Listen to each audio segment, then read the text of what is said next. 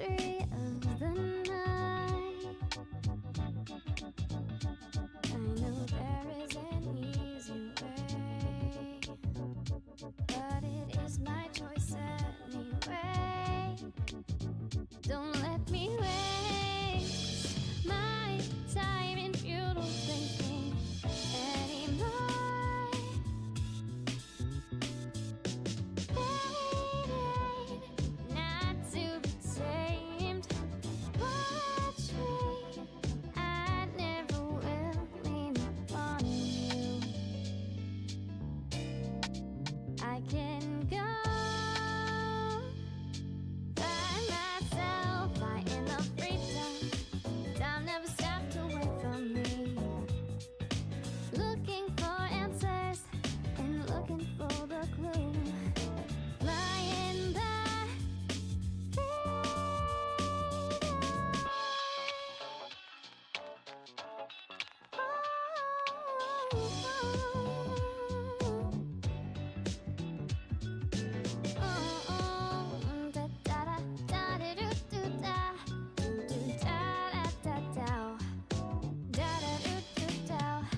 Nobody taught me to hint. Live a happy life of a dream. I'm not waiting for a fortune teller.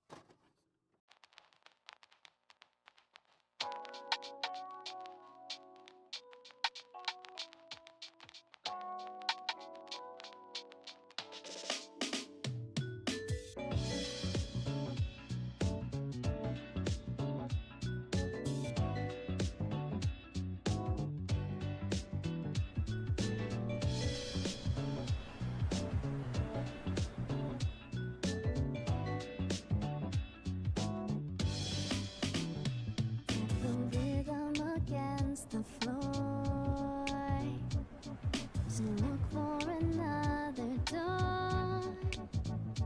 I'm slipping to the mystery of the night.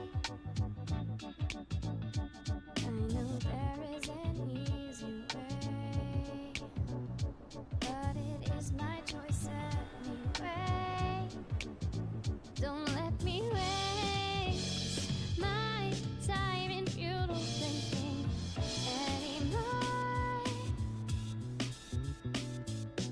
Faded, not to be tamed. Watch me, I never will lean upon you. I can go by myself, I in the freedom. Time never stopped away from me. Looking for answers and looking for the clue. Flying by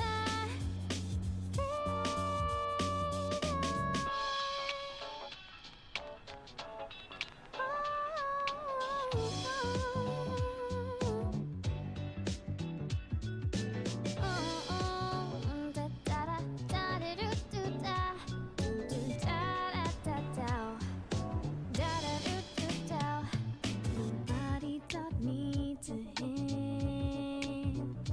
Live a happy life of a dream.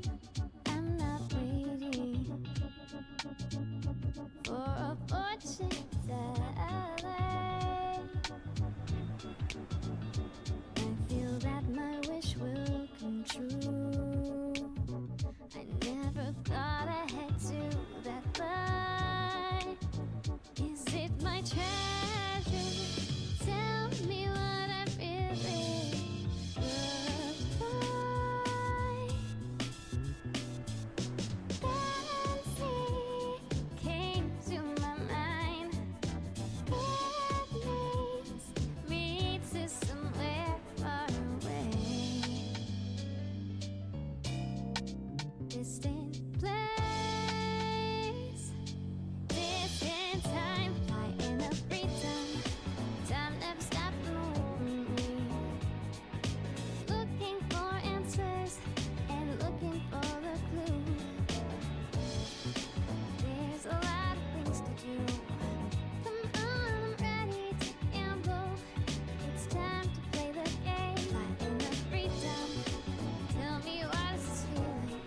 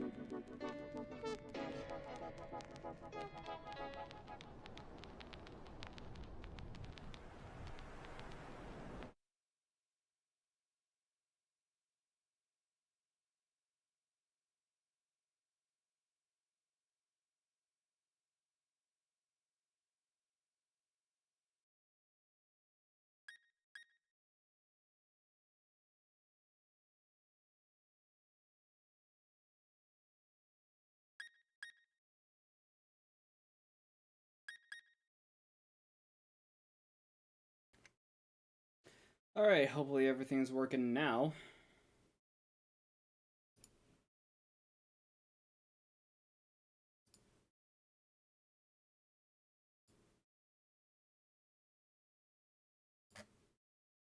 Anyway. Hi everyone, welcome to Cafe Autumn, where we don't care who you are as long as you're not a cunt! I just banged my knee on the table! Already good start. Anyway, we're here today to play Sword and Shield. Okay. Like,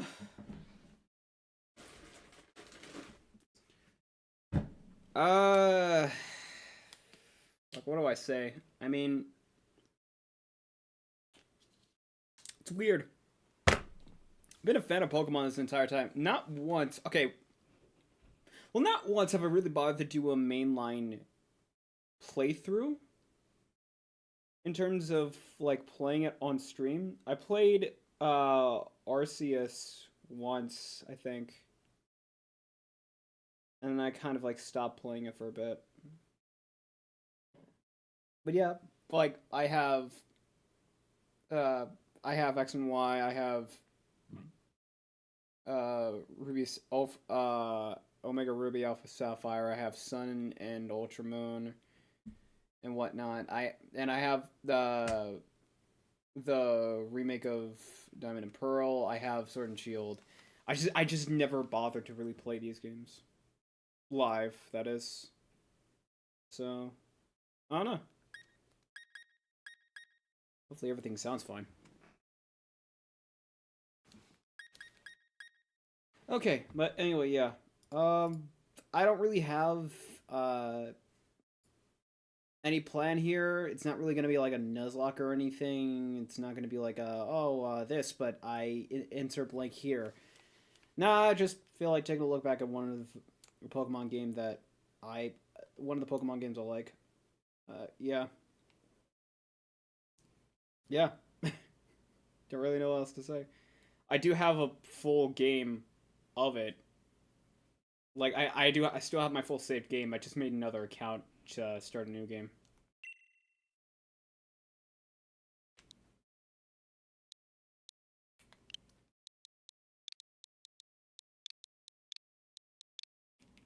There you go.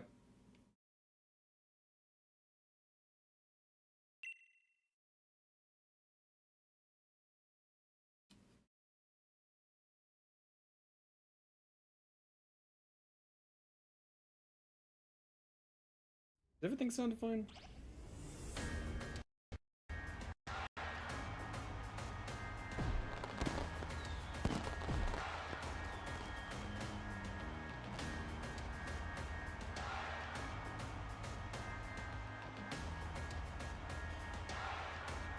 Oh, that's right. Pokemon doesn't have any voice acting, does it?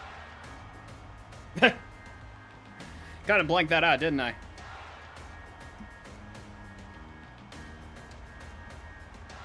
Here, let me just double check the audio levels. Alright. I think that's fine. Anyway.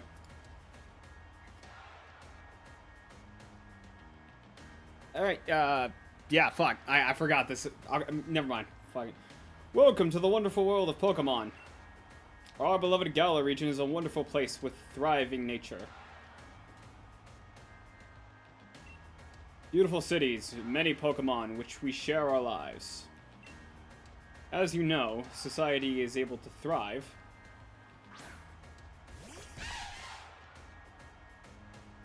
Thanks to the help from these mysterious creatures that we call Pokemon. Yes, Pokemon are all around us, in the sea, in the sky, and even with us in our towns.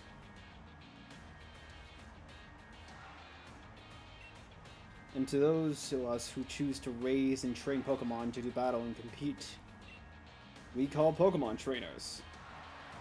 The one thing I do like most about the Galar region specifically is because I feel like this is genuinely like the first time where it feels like they decided to make like the whole thing with Pokemon training and competition actually somewhat of a sport. Hey, Marie.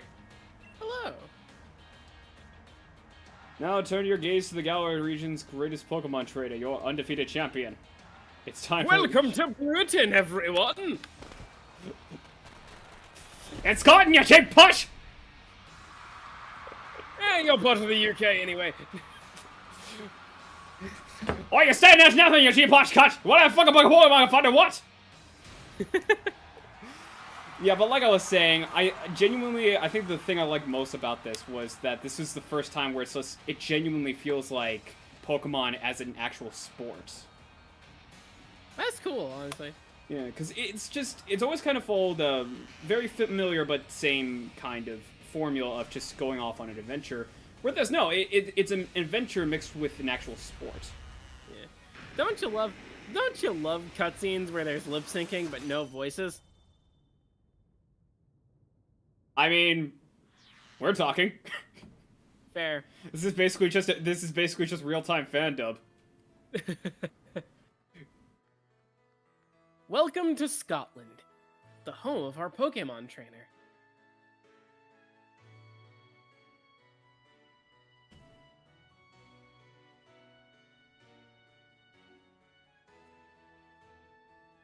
Ah, yes, you did go with Black. yeah. Yeah, I was waiting for the black. I was gonna say you did go with Gloria, just the dark-skinned version. I mean, the only reason I did was because in my first playthrough, my main story is actually a guy. Fair. Yeah. Honestly, Gloria is one of my favorite Pokemon designs.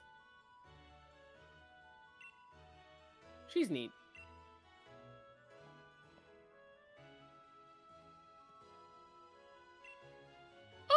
They actually changed the skin tone of your parent. I've noticed that since I think it's been for a long while, but depending on the skin color of your character, they actually do change the skin color of your parents. That's cool. Like I noticed that when they were doing like Sun and Moon. You know, every single Pokemon trainer has only a mom. It's weird. Look, I mean, all I'm just saying is, most people I know consistently play Pokemon got a bad relationship with their pops. Not me, though. Wouldn't let that shit happen to me. You're the opposite. You've got a bad relationship with your mom. You can't even find your mom. That's fair. I mean, I know where she is. Just don't know exactly where in the. I thought you were about to say, I know where she is. I know where she is. I just refuse to go to her. Oh no, that's true as well. Honestly, kind of the same on my end too. My mother is in Texas, but I refuse to go to her because, you know, trauma. Anyway. Forget exactly when this was added, but I think it was Sun and Moon. Neat.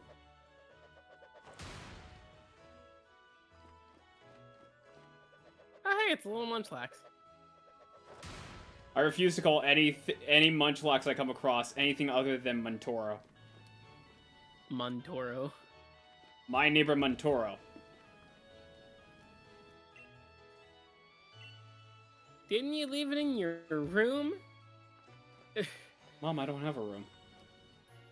Wait, this is your room? Bitch, where's your door? That's a really good question. It would appear your Pokemon trainer doesn't have a room. Not room. She has a room. She just doesn't have a door. But then again, that also begs the question.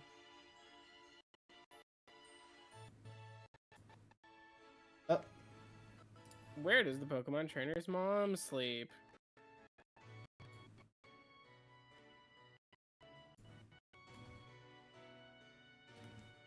Because in pretty much every Pokemon game, the protagonist has a room. The mother doesn't. It's a Nintendo Switch.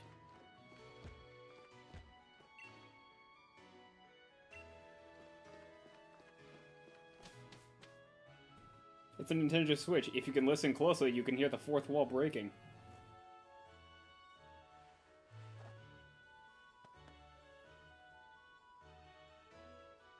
It's gonna be neat when the Switch 2 comes out and they inevitably say, Pokemon Legends ZA is Switch 2 enhanced.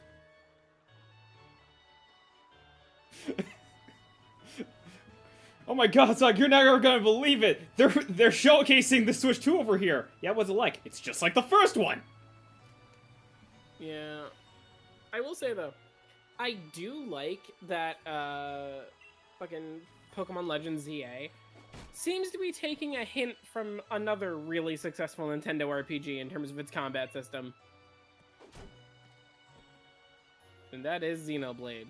The fact that you can walk around and dodge and tell your Pokemon when to do their actions in real time. I just question when exactly is it going to release, because looking at the footage, I'm just like, this looks like good test footage, but it feels like you still need, like, at least another year or two in the oven for this. That's what it looked like with Arceus, and the final game did look better. Yeah. The Pokemon Company has a tendency of doing a lot with a little time. I mean, I guess on some level it made sense back in the day because, like, the games, like, there was very, like, minimal with what you could really do with technology back in the day. Now, the games are trying to reach to be bigger and better, but the timeline needs to reflect that. Yeah, but the Pokemon Company will never let Game Freak have that time. They want yearly or bi-yearly releases. I mean, I feel like they had something right with the Brilliant Diamond and Shining Pearl, where they just kind of handed off development to a different company. Yeah. Brilliant Diamond and Shining Pearl, they're not bad games, unlike what a lot of the Pokemon fandom will have you believe. Most of the Pokemon fandom doesn't like anything post, I'll say post DS. Yeah, because I've noticed a lot of Pokemon fans hate Gen 6, and I'm just out here like, Gen 6 is my favorite.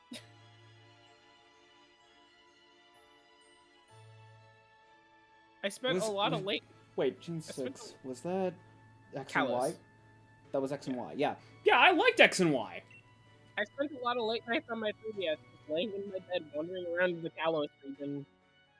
That was like the first game I actually was able to play online, and I had a bunch of fun with it with my friends. Like, that's genuinely, I have a lot of great experiences with X and Y. Yeah. Black and White 2 was my first real Pokemon game that I actually beat. X and Y is just a very... It's a good one. I like it.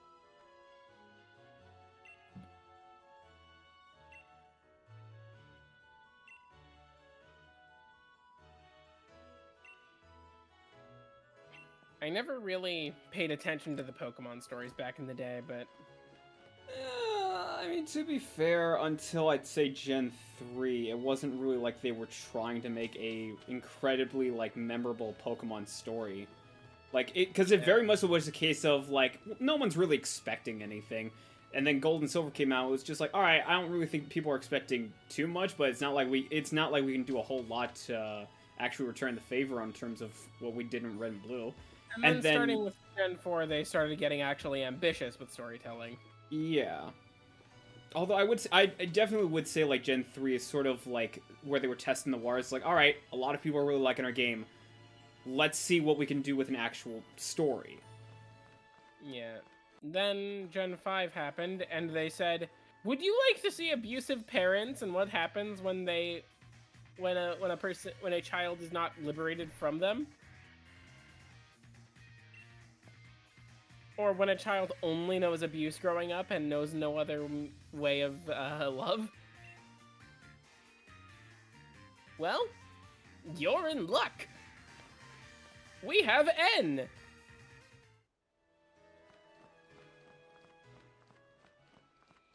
I do think, like, Gen 5, among everything else, is, like, for everything, I think it's one of the first ones where it really feels like it emulates more of the anime, where it feels like this is a genuine adventure. Where, like, the other games, they have you set on an adventure, but it felt like you met your friends and whatnot from point to point, instead of it really being, like, a journey. Yeah, Black and White 1, I will say, feels far more like it actually tries to tell an ambitious RPG story, but they were also trying to make sure that the Pokemon core was still intact. Yeah. Whereas Sun and Moon feels like they said, we're gonna take what X and Y did. We're gonna basically bring it to looking like a PS2 game, because, you know, that's not a bad thing. Sun and Moon do look very good for 3DS games. Oh yeah, yeah. It's 100%. I can believe why that was the last generation on the 3DS. Yeah, but Sun and Moon changed up the formula in favor of the story, which I did not personally like. I have said this before, and I'll say it again. Sun and Moon feels like they want to... It feels like they let Nomura come in and write the story, because it feels very Square Enix-esque. Which, again, I don't have an issue with, in theory. I just wish they would have kept the formula and made it so that the formula actually, you know, contributes to the story, as opposed to completely changing it up in favor of allowing the story to have more moments. It is a good story. It's not Pokemon to me. That's where I stand on that. It's a good story, but it's not Pokemon. If this was, I don't know, maybe a knockoff Pokemon, like if Sun and Moon was the story Palworld was trying to tell, that I think could have actually worked. Or if Sun and Moon was like a Coliseum game that they put on like the Wii U or whatever, like a third game in that series. Which I do still want. I want a third Coliseum game, because those... Again, that felt like Game Freak actively were trying to experiment with Pokemon. It felt like they were trying to say, we want to tell more ambitious, more traditional JRPG stories, but we know that the traditional Pokemon formula doesn't exactly allow for that, so we're going to do something different. Like, Coliseum and XD actually have, like, straight-up stories that actively are focusing on, you know, the protagonist. Even though they don't exactly speak, you can still tell they have a lot of personality. They care about... You can tell what they care about. The fact that, you know, you don't pick your starter in Coliseum and XD. It's... You get one right off the bat. I'm still holding out for dear life on Pokken Tournament 2. I fucking need that in my life. Like, absolutely. You with those bright eyes. I'm sorry, did you mean my blank stare?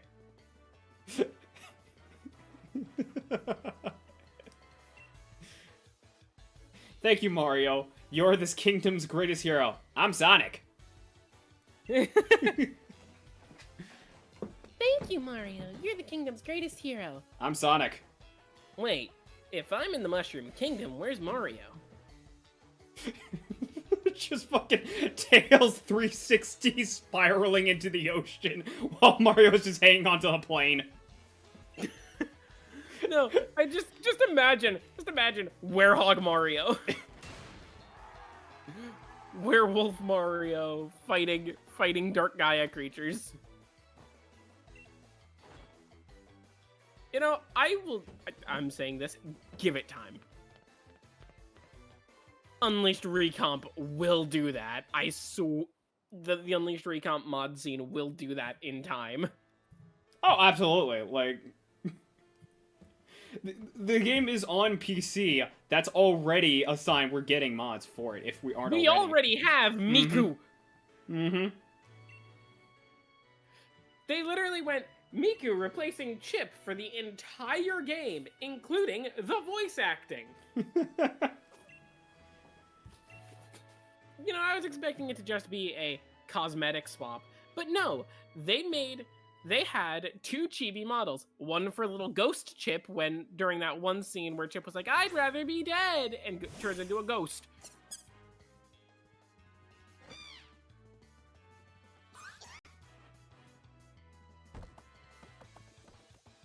And depending on how stable your version of the game is, the mod will work better.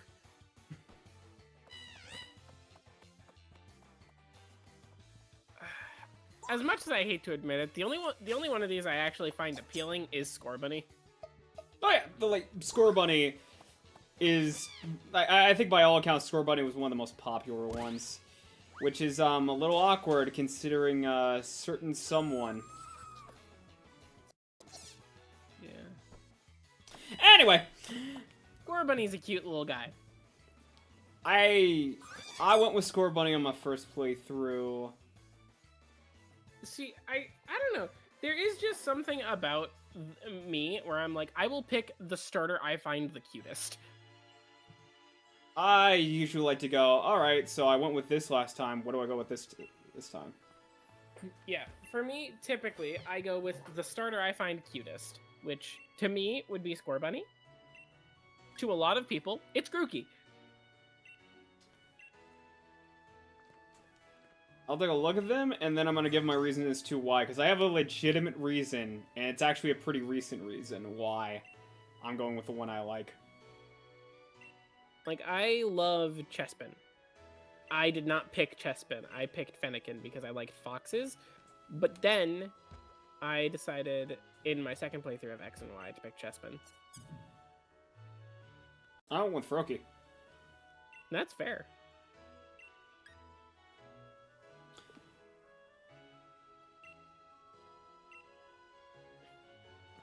So I was going to go with Sobble. But I did just watch a video that talked about how gorillas are actually one of the most unserious animals in the fucking world. And they're incredibly like doing pranks and everything. So I'm going with Grookey. Understandable. Usually for me, the way that it goes is I pick Charmander in Gen 1, Cyndaquil in Gen 2. In Gen 3, usually I will pick Torchic.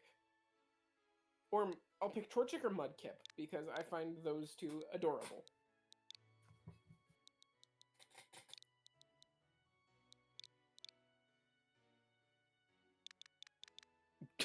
Grong.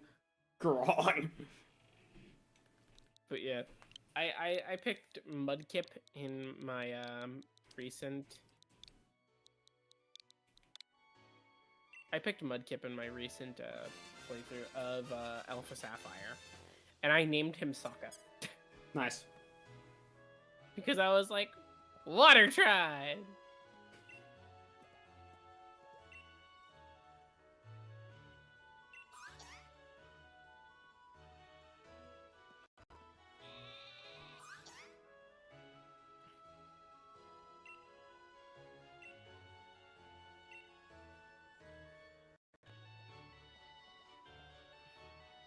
Aw, poor little guy. In my first playthrough, I called him Skugs. Fair. He looked so sad just standing there alone. I mean, would it make a difference if it was any other one? Yes. Sobble's already sad.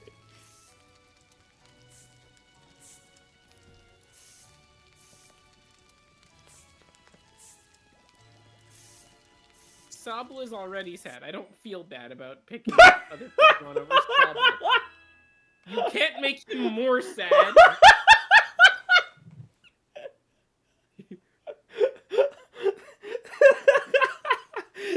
That's a full on. Maybe we shouldn't get orphans anything. That's the only thing I can think of that won't remind them that they have nothing. I try to be merciful and kill them to send them to their parents.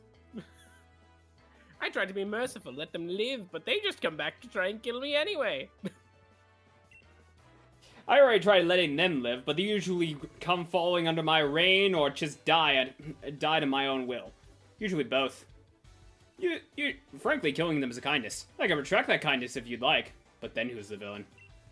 You are. No, that was a rhetorical question. And I give you a rhetorical answer. Good lord, I traded Ninja for this.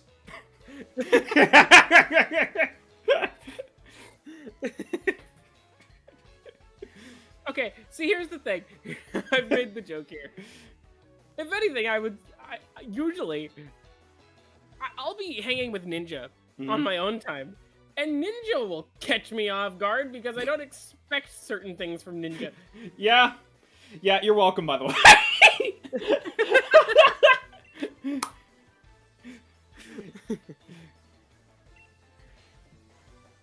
Let's see how you handle yourself in a battle against your friend. We're if friends? She's up for it. We're friends?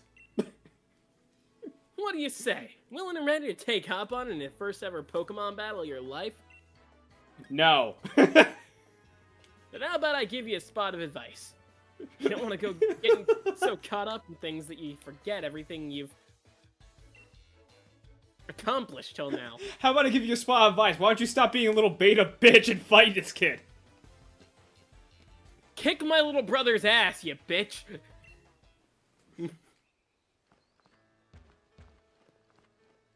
And then I just leave.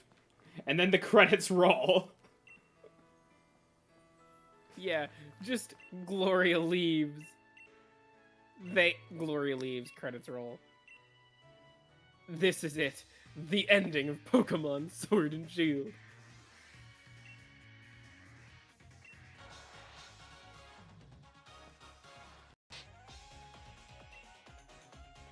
Pokemon Trainer Hop. Pokemon Trainer Hop sent out Wooloo. Kronk.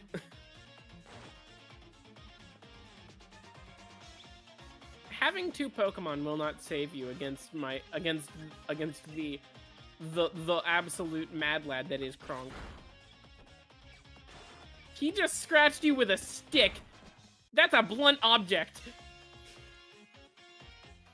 You may have two Pokemon, but I gave a monkey a bat. Honestly, I like the UI of Sword and Shield. Oh no, I love it. Like, it's honestly, out of all of them I've seen, this is probably the best looking. Sword and Shield did get a lot of hate when it first came out. Oh yeah, it fucking did. And It still does. like, I still vibe with that Mighty Keyfree look. So, like, as he's just beating somebody's ass. Look, some of us got into Pokemon pretty casually, and a lot of us stayed casual. Just being able to battle Pokemon and being able to just catch Pokemon, battling trainers and fighting in gyms is really all we're looking for.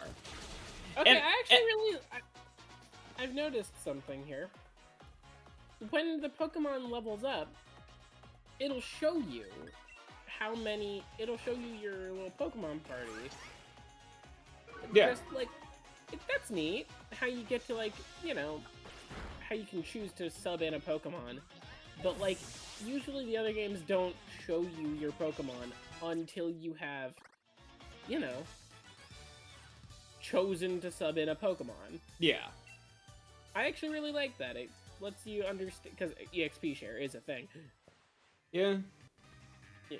I don't know. I think it was best implemented in X and Y in my eyes because it wasn't automatic. Fair.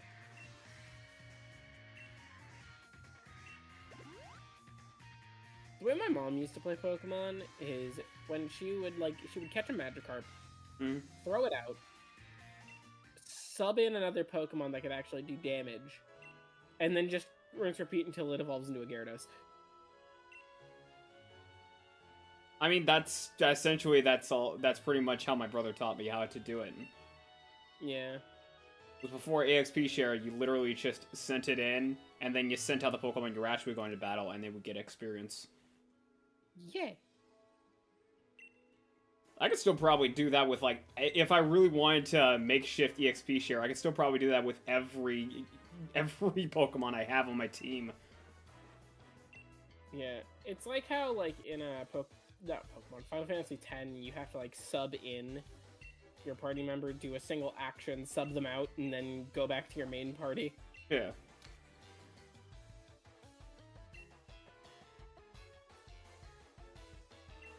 Leon has a weird outfit. He's wearing short shorts and baseball pants.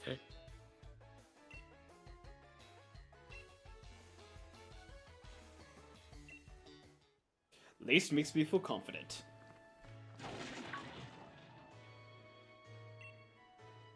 I think that Wooloo just broke the gate.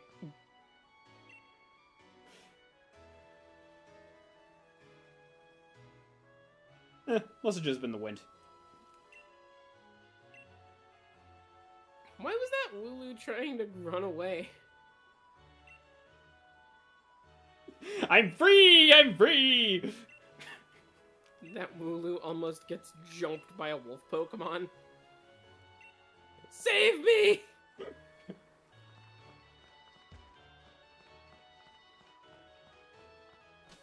I think Wooloo are cute Pokemon. Oh, I refuse to evolve Wooloo simply because it's cute. Yeah. Wooloo is big and fluffy. So I'm assuming Wooloo is not a level evolution, but a, like, item evolution? No, I think you can actually evolve Wooloo through leveling. Oh yeah, because I forgot if you press B when it says, oh, your Pokemon's evolving, you can just stop it from evolving. What is this little creature? Where's this small sassy squirrel? Hello! I am here to offer you acorn. Now, die. Okay, that's how you want to play it. I gave a monkey a bat, I don't care. No,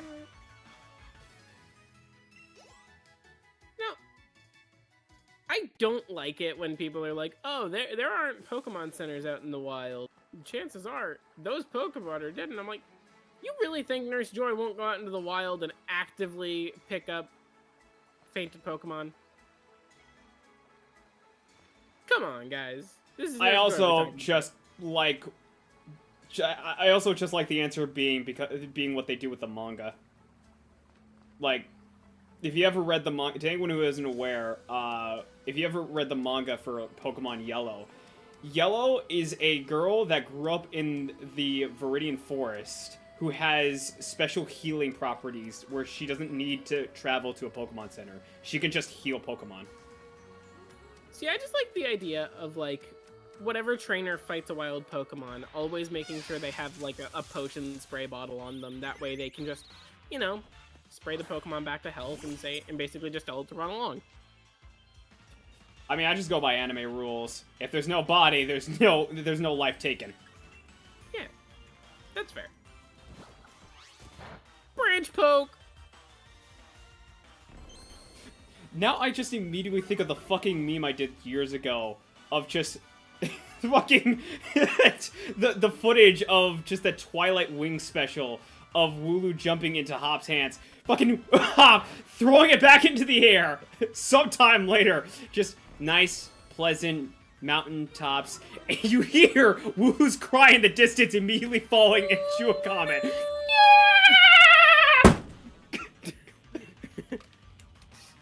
Just makes a crater. Yep. Just a fucking Yamcha crater. Just Ash looking down. What the hell?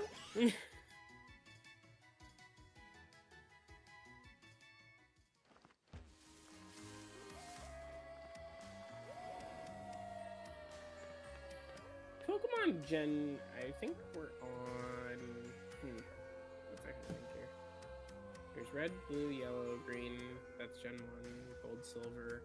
Oh, Sword and Shield, I think it's Gen 8. Fire, Diamond and Pearl, Black and White, Kalos, Alola. Yeah, Gen 8, 9. I can't wait for Gen 10, simply because that's gonna be a thing. And I really hope they start implementing the changes they made with Legends into the mainline games. I just, again, just a matter of how much time you're gonna put into this. How much time you're gonna be able to put into this. Because if we're getting the usual, like, oh, yearly release, look, just, honestly, like, give us games on the scale of, like, 3DS level, or even this. Just I don't like if it means getting a new game every year, I don't need to see games be like more open world on the mainline entries. Yeah, that's fair. Like, what I think, because I've noticed this, because, again, Legends ZA has had a fair amount of dev time from what I've heard. Okay. It is probably just earlier builds that they're using because they're trying to, like, actively finalize the game right now. I can't even see my hand in front of my face. I get now why this place is off limits. Silent Hill. Return the slab. Oh. Hello, Legendary.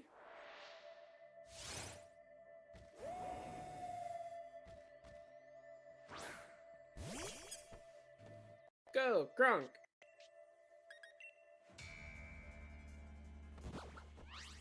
Branch poke. Uh-oh.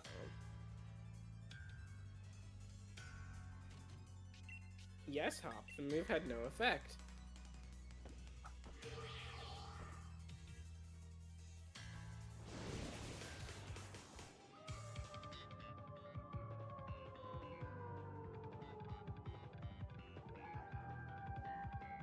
You know, the music of this game is funky. If anything, I honestly kind of like the sound design. Yeah. Like, that's really good.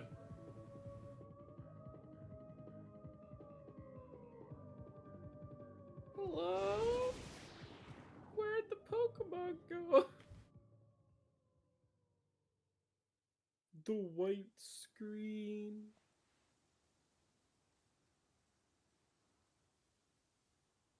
You're finally awake, stranger.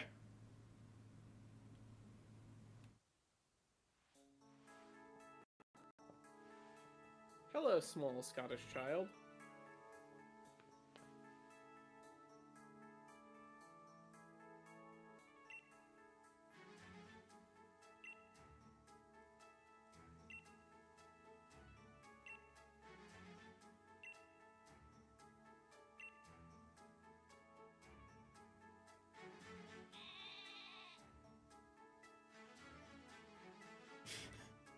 Well, this is just a perfect image.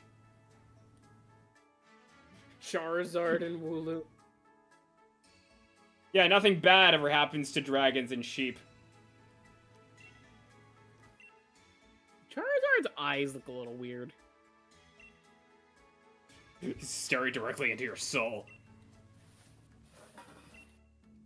If anything, if I recall correctly, I do think this is at least in part before, like, the models for the pre-existing Pokemon were refined a little bit more. This was when they, I believe what they said was like they were going to be reusing the models for this because it was just like, I think it was a lot more time. Yeah, so basically, a lot of the pre-existing Pokemon, well, they don't look quite right. Yeah. They changed So the dex. You can only catch 300. I'll be honest, I was gonna catch like 20 of them bitches and call it a day. Well, a lot of people did get angry about the dex limitation. Yeah, like the only reason, like personally, the only reason I got angry was because I couldn't get my pet rock in the game, and then DLC let her be in the game. Fair. I also find it funny that it's become a tradition with every Pokemon game nowadays to have Toby Fox compose at least one song.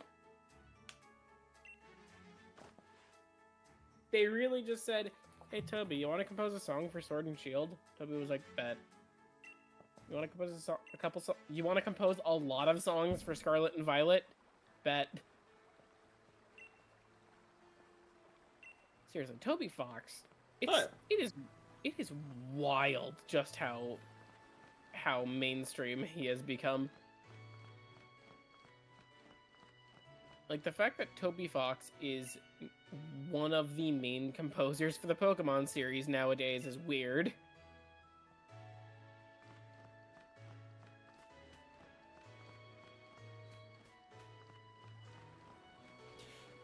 In my ass, I think it's kind of weird that we've gone through how many generations of this game, and we still don't have any actual voice actors in the actual games. Yeah.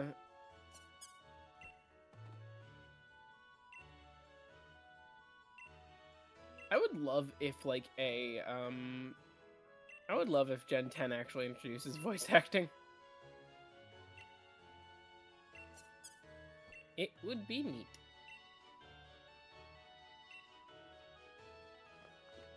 Look, if you can give me a Pokemon game with Pro ZD in it, I don't care if he's a side character or an actual Pokemon, I'm fine with it. Fair.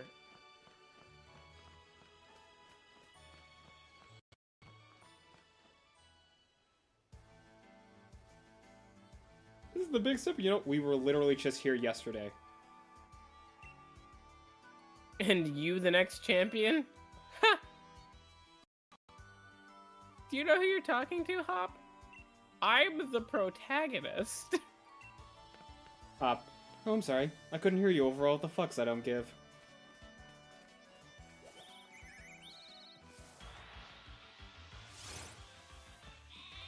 The protagonist just looks Hop dead in the eyes.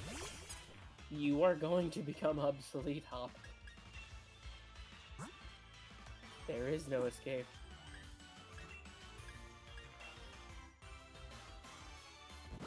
Kronk used branch poke. The wild Lulu used growl.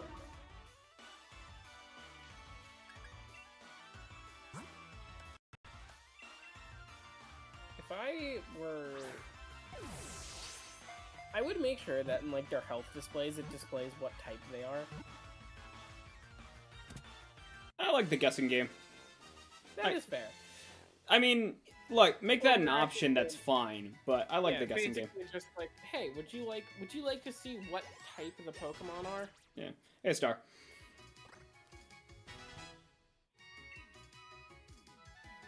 What are you going to name this Hulu?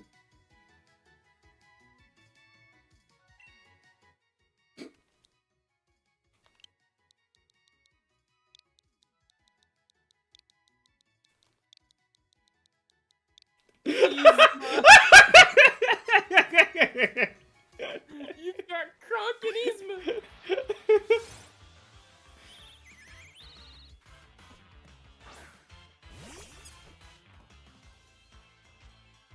Is that the normal color palette?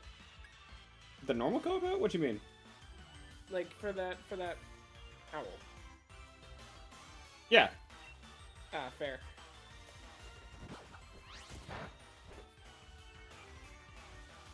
I'll just randomly see chat messages pop up and I'm like, oh yeah, there are actually people watching.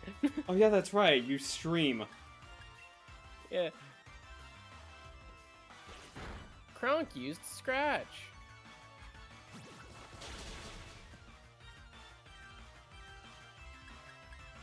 Whoo! Me when there's an angry owl. Whoo!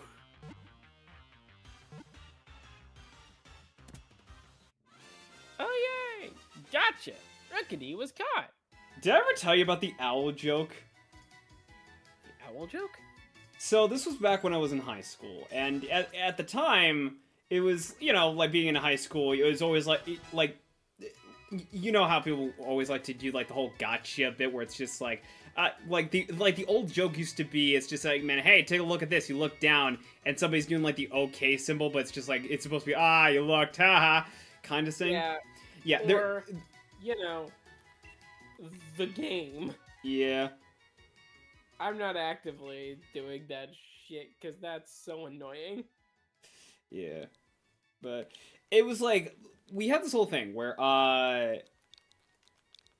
basically, like, it was, the whole joke is... I don't worry about it. Anyway, we had this whole thing with a joke where, the joke is, hey, did you know there's a gay guy at our school that sounds like an owl? Your response is supposed to be, who? And it's supposed to be you. Like, that's the whole joke. So, There was someone where I was like, yeah. Oh, anyway. There was someone who was just like, hey, Sozo, did you know there's a gay guy at school that sounds like an owl? This one, by the way, I want to let you know, this went on for about 30 minutes. But I was like, really? What's her name?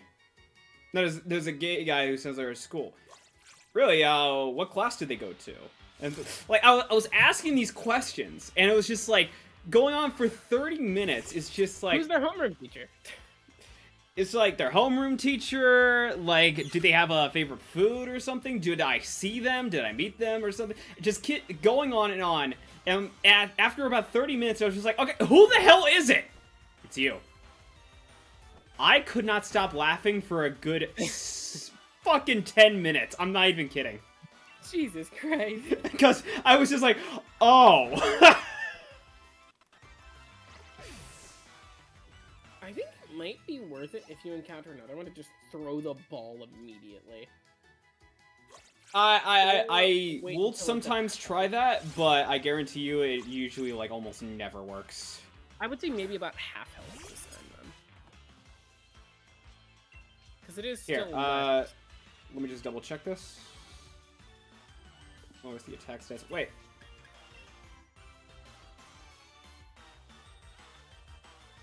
You know, fuck it. Damn, you play mental gymnastics with that guy. Hello, and welcome to Mental Gymnastics. Would you like to do a one front flip or several? We're gonna lower its attack. Maybe you should bring out one of the. That's my idea. You're kind of getting ahead of me here. Where it's just like I do want. No. You're reading my mind. That's what I'm saying. Yeah, fair. The level 4 one might be for the best. But it's level 4. Wait, what? Let me see here. Oh, wait. Level 3. Yeah. No, I see what you're saying. Because you don't want it to be too high. Yeah. Eastman. Wrong lever.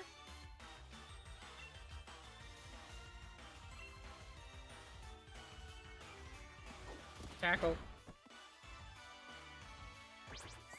Tail whip.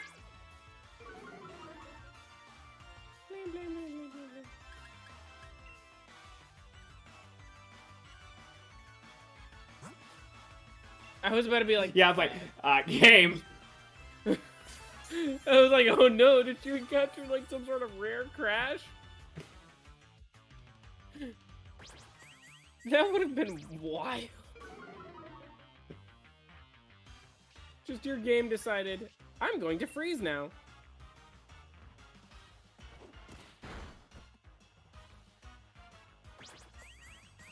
It's only using tail whip. Yeah, wait.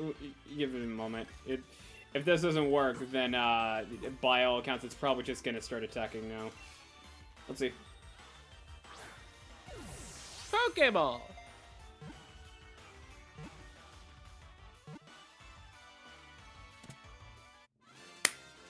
Woo!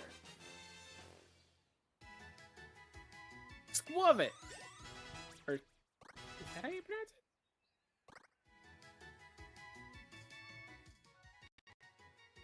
Or is it squove it?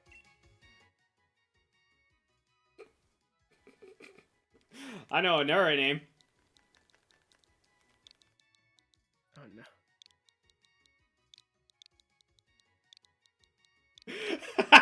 Makoto. Why specifically Makoto? I think you and I both know the answer to that. Makoto Nijima or Makoto Yuki?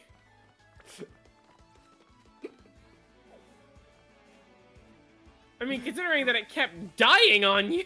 Makoto Nanaya. Ah.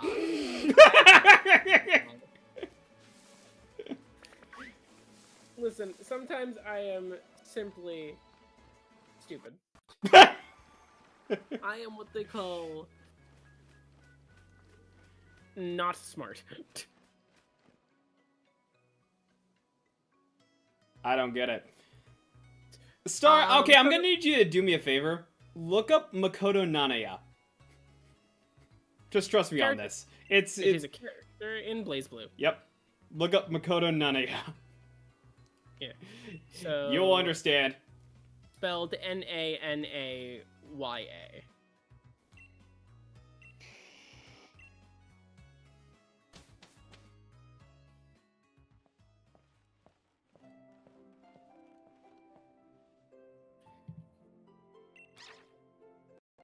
Oh boy, we're about to see the second professor that or not the second, but one of the several professors since Gen 5 that everyone went feral for.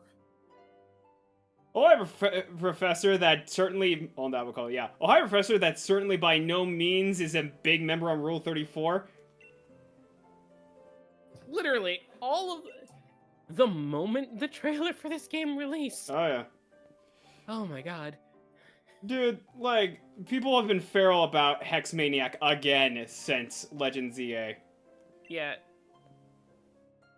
She is very cute, though. Oh, there's a difference between being cute and, oh god, why the hell is she? Oh god, that's what she's doing. Oh god, oh, wait. Oh, so that's where the fourth hole is. Oh,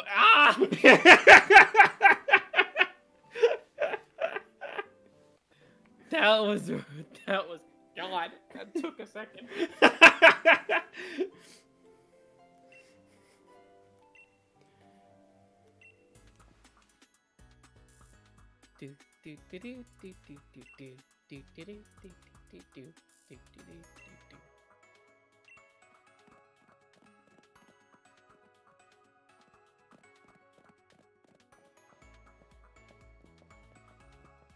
Little dog Pokemon.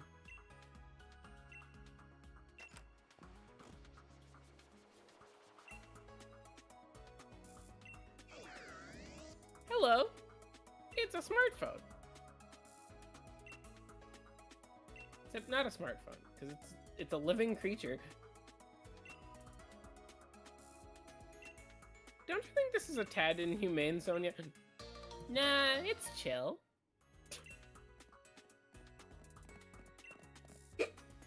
Actually, we enjoy the slavery. Say what? Yes, being oppressed by a larger, stronger, strapping race fulfills us completely. Just Gloria throws her goddamn phone. Just goes up to, Mom, what's sadism? Ask your father when he comes home. But Dad never comes home. Well, then you'll have questions for him when he does decide to come home. I'm not the Pokemon protagonist with a dad. That's May. Or Brendan. It depends on which one you picked. Either way, they have a dad.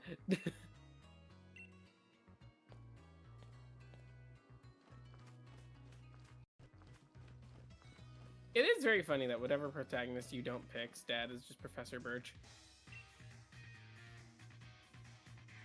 He gets around. So it is literally, if you pick May, your dad's the leader of the gym. If you pick Brendan, your dad's the leader of the gym. But if you don't pick either, or if you pick, whichever one you don't pick, their dad is Professor Birch. I do like Ruby, Sapphire, and Emerald. Oh yeah, it's fun. Do, do, do.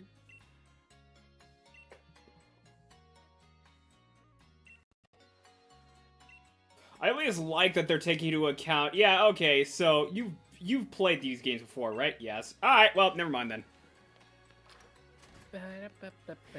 That reminds me. Someone I know. I love the nurse toy designs in a lot of these games. Oh yeah, but someone I know actually got caught shoplifting once. What? Yeah, it happened. It was just like I was the ride, and I was just kind of waiting on them and everything. And it was just funny because this is reminding me of that, where it's just like they were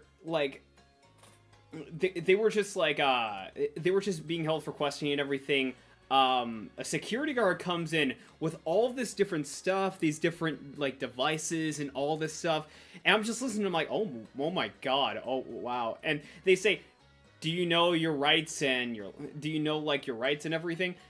And they said, yeah. I'm like, oh okay, and then put everything away. I'm just like, what the fuck?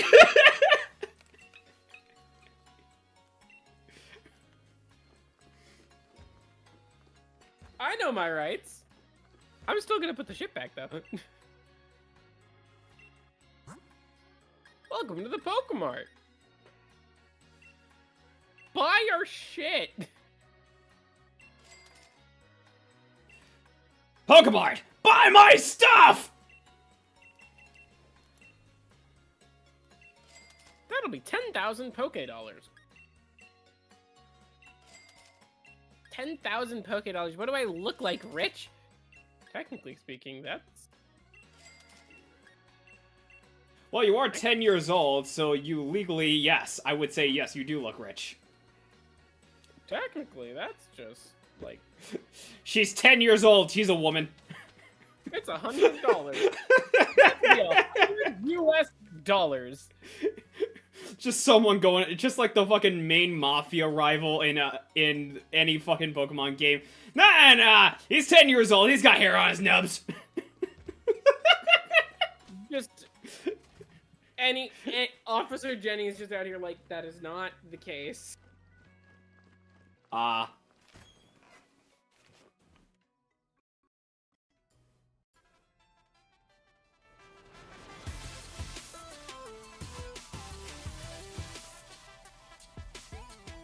But you cannot top the boutique. I'm sorry, no other boutique theme before and after can top this. Yeah, fair. I will put. This is such a great theme. I have this just on my playlist anytime I'm drawing. Also, I love the selection of just the different fits they have that you can buy. Skinny trousers.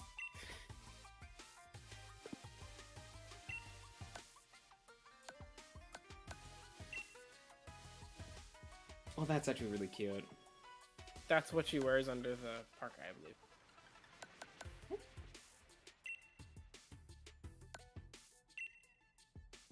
Oh, yeah, you're right.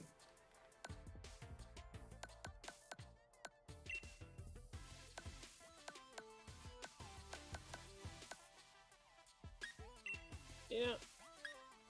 Is this... Can you actually take off the hat in this game? Yeah, you've been able to do that. And interestingly enough, for as much as I don't like it as a Pokemon game, you've been able to take off your hat since Sun and Moon. Oh, thank God. The hat was the worst part of X and Y, because I actually... Yeah. I really loved the way that the male protagonist's hair looked in X and Y. I just wanted to be able to, like, you know... Because his hair was, like, an actual, like, good anime kind of design for like, a protagonist's hair. And they forced you to wear a hat over it. Double white!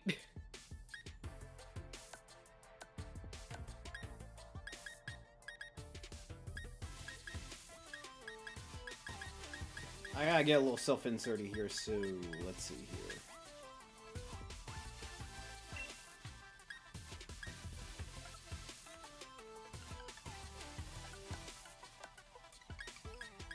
Ah, yes, Arcanine. Honestly, I would just wear that, but that is so much. Inside you, there are two wolves. One who wants to eat. One who also wants to eat. Maybe I'm just fucking hungry. Okay, Inside you, there are two Arcanines. One that goes woof, the other that goes bark. Both of them are rather normal Arcanines.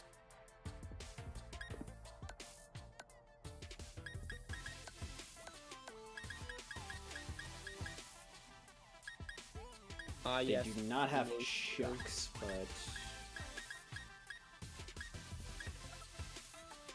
I'll go with that.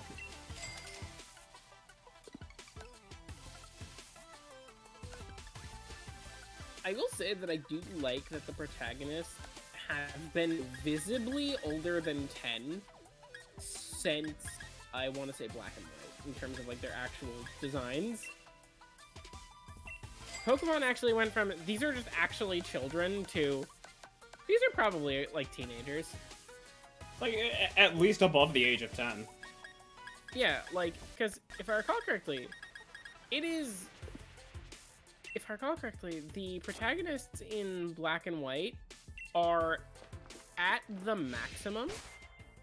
They are at least... They're like, from, like, the range of, like, 15 to 17. Which is actually really neat.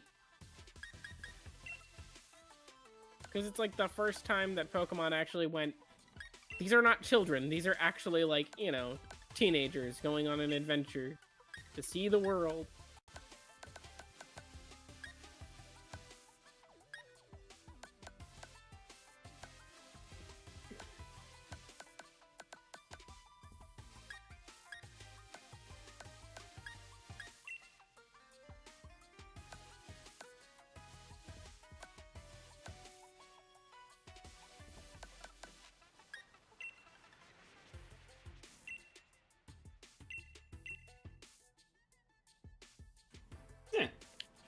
Because, yeah, Black and White was like, you're playing as teenagers. Sun and Moon. Not Sun and Moon. X and Y. You're playing as probably slightly younger teenagers, but still teenagers. Because look at the art for Serena and Callum, and then tell me those are children. You know what I mean? They look at best like 14. Yeah, like, I find it very funny that Pokemon X and Y, Serena is very clearly at least somewhat in puberty. Pokemon X and Y, the anime, this is a 10-year-old. It's literally like, what the hell, X and Y, the anime? At least age up Ash, don't age down the characters. You did that with Iris once, and that was infuriating.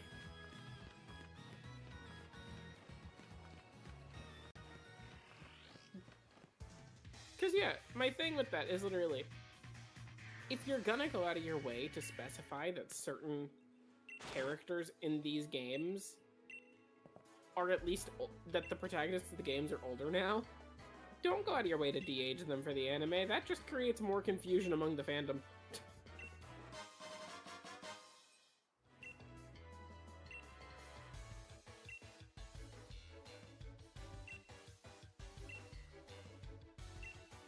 I still hold out with the reason being that they just want to ship whoever is the character in the game with just Ash. Or now Liko, because they're probably going to start, like, de-aging the male protagonists of each generation. But yeah, it's quite literally just like, I just kind of want to see a proper adaptation of, like, one of the Pokemon game stories as opposed to what the anime does. Like, do an adaptation of not X and Y, but, like, Black and White. Like, do an actual anime adaptation of Black and White, and I'll be there. Nick it! I forgot what it was actually called. Immediately you say that, my mind just goes to Naked Grandma! Naked Grandma! I wouldn't want to see that either. Yes! Kill!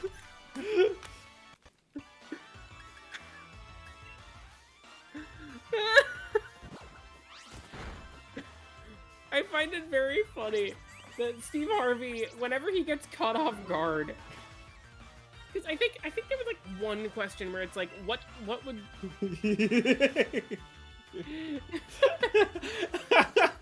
Sorry, you're not aware of that? The fucking Family Feud meme of just like, name something you wouldn't want to walk in on in the shower. Naked Grandma! I wouldn't want to see that either. Yeah, just, I think it, like, one of the things is, what does Santa Claus ride? or something.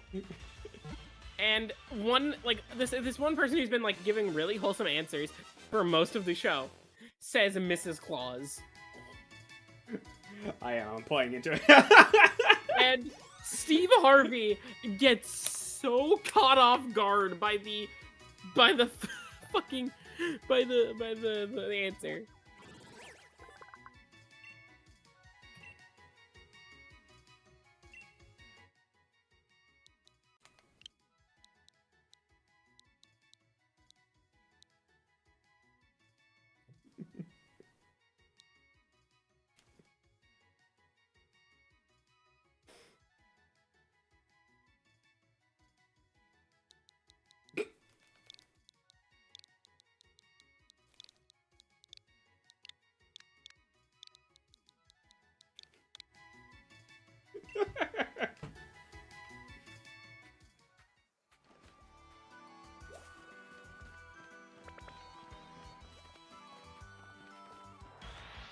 Oh wait, no, it's fucking. The question was, name something Abraham Lincoln probably used to ride on, and the woman answered Mrs. Lincoln. And he got caught off guard by that answer.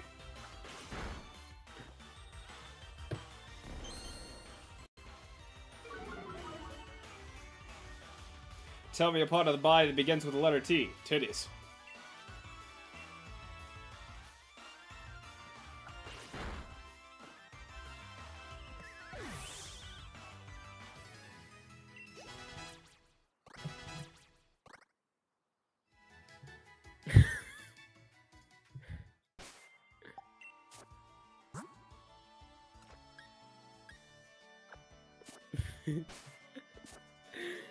It's the way that... Okay, I was looking at the yes kill clip again. It's the way that he says, yes! Kill! Okay. There are a lot of things I disagree with Steve Harvey on. Oh, yeah. The man is funny, though. He has his moments, but yeah, there are some things where it's just like, dude, yeah. Like his men and women cannot be friends thing, and I'm like, G-Star, what do you think of that? It's like, Steve Harvey, men and women can't be friends. I'm like, not really. I have friends. It's not as pleasant as you think. They don't treat you like a friend. They treat you like an item. God damn it, me. It's me files. Also, Cat Williams has been very open with talking about how Steve Harvey just plagiarizes, like, different comedians. Yeah.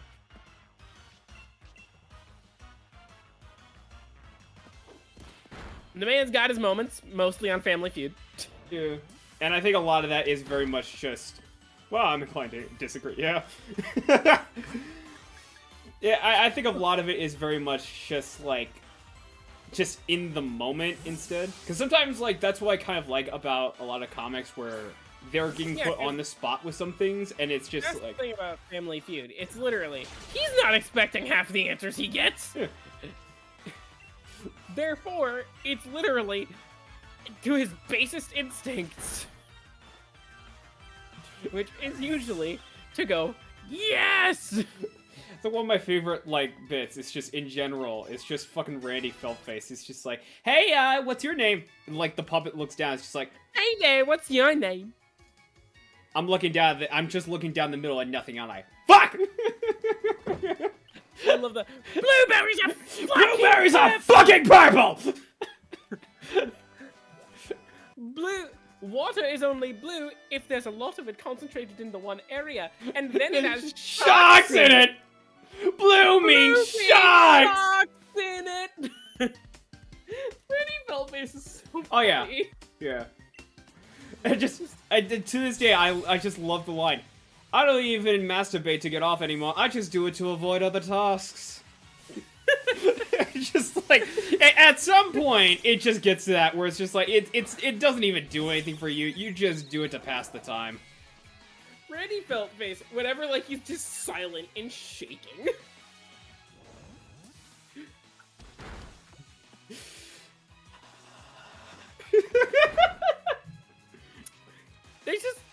There is something so funny about this unchanging puppet face that somehow manages to show more emotion than actual human comedians.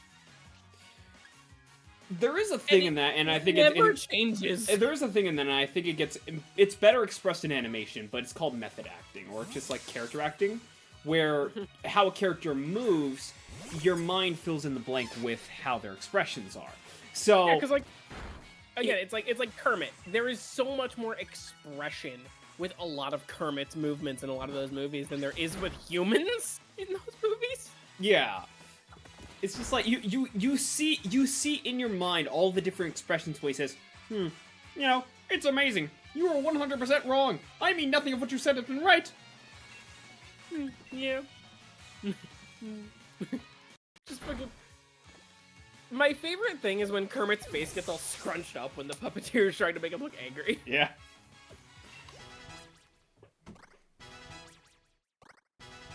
I will also say, one of my favorite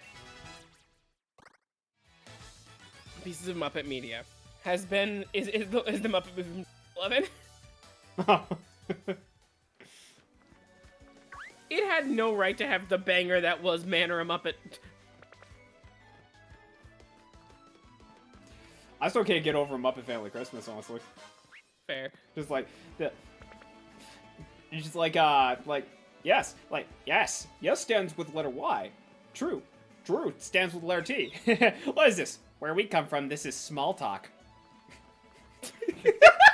I'm just like, yeah, that's perfect. Where we come from, this is small talk. Just one of my favorite responses to that is fucking Nostalgia Craig. Why'd you come back to me? That joke was perfect.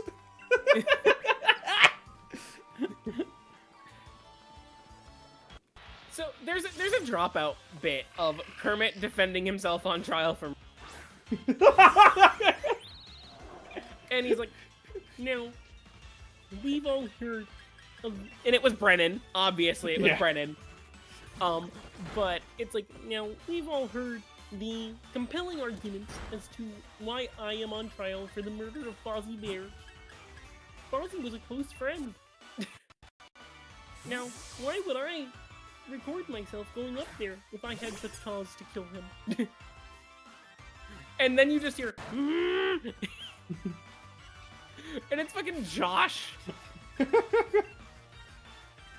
So like, Brennan Lee Mulligan is one of my favorite comedians. Oh yeah, he's so fucking talented. I love it. I love that. I just like all of those PSA ads. If you were to tell me like they just had on the fly improv, I'd 100% believe it. Yeah. Just now, I love this caster is named after the amount of people that it's Grant. And he's like, I performed oral sex on in a night. It cuts to Brennan. 50?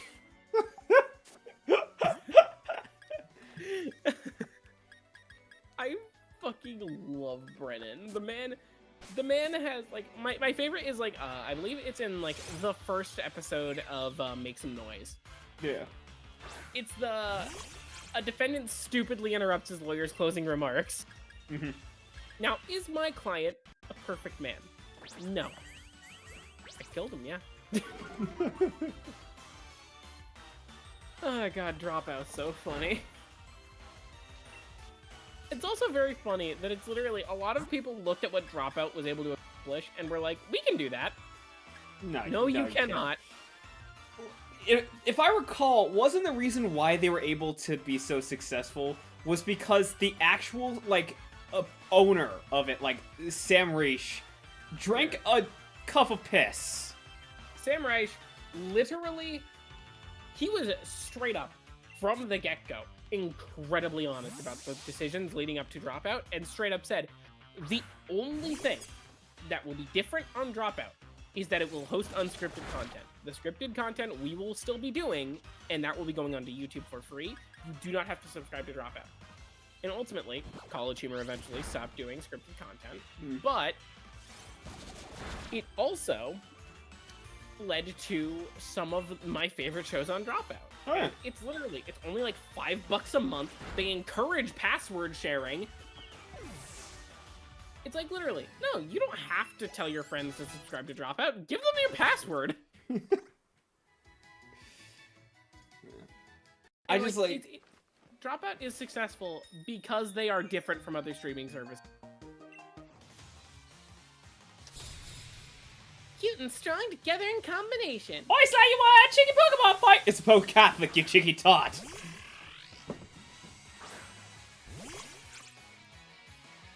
Makoto Nanaya. I feel one thing I love, like, just most out of Dropout and College Humor was just Breaking News Network. Yeah. That was, it's just fucking the humiliation episode around Grant. Yeah, just like the amount of people that Grant has performed oral sex in a night. Hello, I'm 50? That can't be right. I love Brennan's reaction. Brennan he just like springboards. I love Dimension 20 and Dirty One. Those are like probably my two favorite Dropout shows. And I love Dirty Laundry because it's just so funny to hear about some of the shit that the College Humor Cast has gotten up to in the past. For instance, when they had Matt Mercer on as a guest in Dirty Laundry, and he admitted to confronting Sam Raimi about Spider-Man 3. Honestly, like, I 100% I could see him as, like, Brock. Matt Mercer? Yeah, Matt Mercer as Brock, I think could work, and also him being the eventual Venom. Just... Yeah, fair. Like, straight up, Matt Mercer goes, like, he was serving at a costume party at a Halloween party hosted by Amy Pascal. Yeah. Him and his friend were the only people in costume, and he looks at Sam Raimi, goes, they have a conversation. He's like, what the fuck happened with Spider-Man 3? And Sam Raimi's just like, I know. Like, Matt Mercer is just so fun. Also, like, lukewarm take, Sam Raimi's Spider-Man, it honestly fucking rocks. I don't care what anyone says. Sam Raimi's... Okay, I agree, to an extent. I think Spider-Man 1 and 3, not exactly the best. They don't hold up super... Like, Spider-Man 3's CGI absolutely fucking holds up. Okay, yeah. Some of the most beautiful goddamn CGI. Yeah. Spider-Man 3 as a movie, on the other hand... Yeah, like, honestly, I just come from the fact of, like, just how funny so much of it is.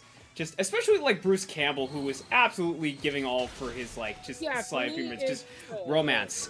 I am French. For me, I appreciate Spider-Man 3 for the story it tried to tell, but I also will acknowledge that Spider-Man 3 is not what I want better. Yeah. Okay, I will 100%, I won't die on the hill of Emo Peter being fucking awful. I won't. Especially when you it like... Could it have been done a million times better? Yeah, yes. Like 100%. Spider-Man 2, because that's what this whole thing was going for, where it was basically just the alien costume arc, but that's what they were fucking focusing on. But my main theory, is the reason why Emo Peter was written in the way that he was is because Sony was afraid of writing Peter with actual negative traits. Actual negative... The only time that he ever gets anywhere close to as bad as he gets in other media with the black suit is when he accidentally, not even on purpose, smacks Mary Jane and then gets all horrified. What I think they should have done was, gone full tilt into the addiction metaphor. But I think it was Sony was too scared to allow people to see Spider-Man at rock bottom. Honestly, my biggest problem with how they handle it in Spider-Man 2 is that there's such a major cut in time. Like, as soon as you see, like, ultimately that whole mission of It Chose You, where he ultimately decides to stick with the suit, it's like, we see sort of how much the symbiote and Peter become essentially get stuck with one another in a lot of ways. Yeah. But after that, as soon as Peter just kind of takes a nap on the bench, it's all of a sudden his name is just dragged into the mud because NJ is just like, I would have liked a little more time in between when he had that freak out and when MJ decided to do that story. One of my favorite things about, I love Spider-Man 2. I'm not going to. Oh yeah, Spider-Man 2 is a good game. It does have its problems though. Like, I really love the story of Spider-Man 2, not because it's perfect, because it's not, but I really, like, I appreciate the fact that Insomniac did what a lot of Spider-Man media doesn't do with the black suit, and that is make Peter actually nasty with it. Which is, the moment that Peter is like, that Harry's like, dude, that thing was keeping me alive, you can't just, please, we have to try and find a way. Peter's like, why don't you pop some more pills and tell me how you he, like... God! Like that, I'm looking at him like, holy fuck, dude, you're honestly a little too far gone. Like, I also love, like, the in-between dialogue, like, when he is just swinging when he's swinging joint to try and find and save Miles and everything, and then he just comes to the solution of, like, this is all Kraven's fault. The suit. Kill Kraven. Yeah.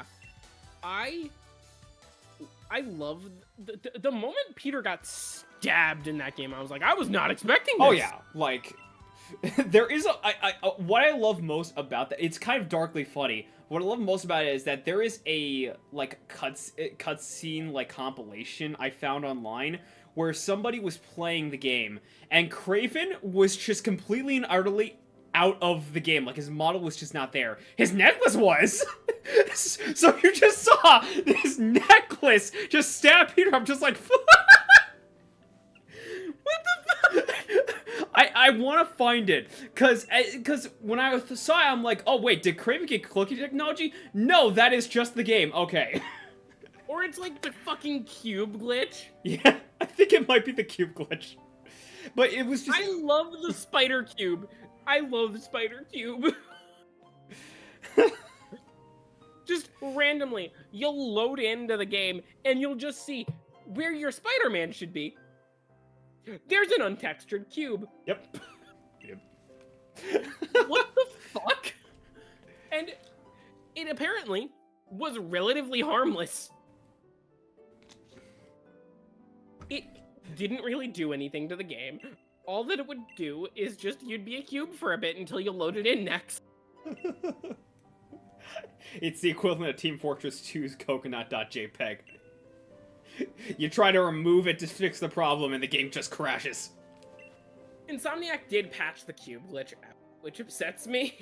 I think they should have done what fucking Toby Fox did with Undertale and they should have just told people, no, it's an extra costume. In fact, we're just gonna make it a full costume you can just unlock in game.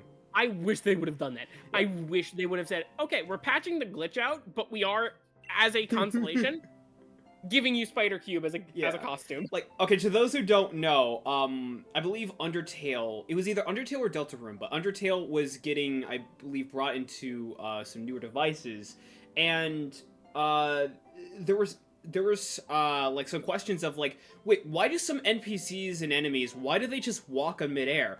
Well, that's not a bug. That's magical glass. they're just walking on glass. That's just something that they have. But only they can walk on the glass. If you try to follow them, you can't do it. It's just like I love that's just his fucking write up for I'm not gonna fucking patch this shit. Just get this game out. No patches, just. I already got my money, so I'm not. Let's just fucking put it out there, like, nobody will care.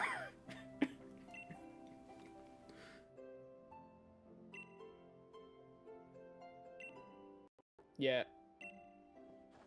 Just, there's a lot of games that I'm like, that I disagree with the general public on, and that's, quite frankly, because I'm a hipster.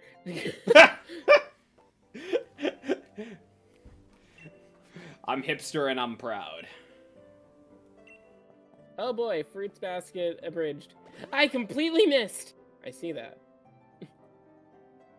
I I love Laura Bailey as a I forget her name. Main character Fruits Basket? Yeah, I'm trying to think of her name. Like Hana or Yuki or something. Toru. Toru.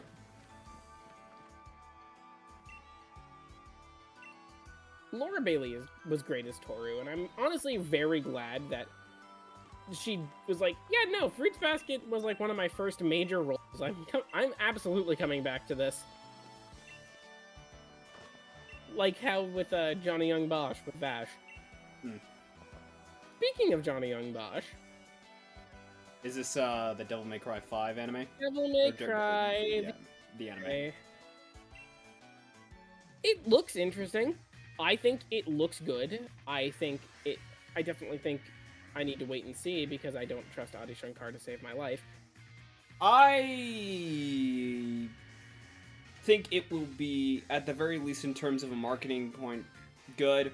I think them going out of their way to get very early 2000s-esque kind of music for the vibe, I'm all for and everything.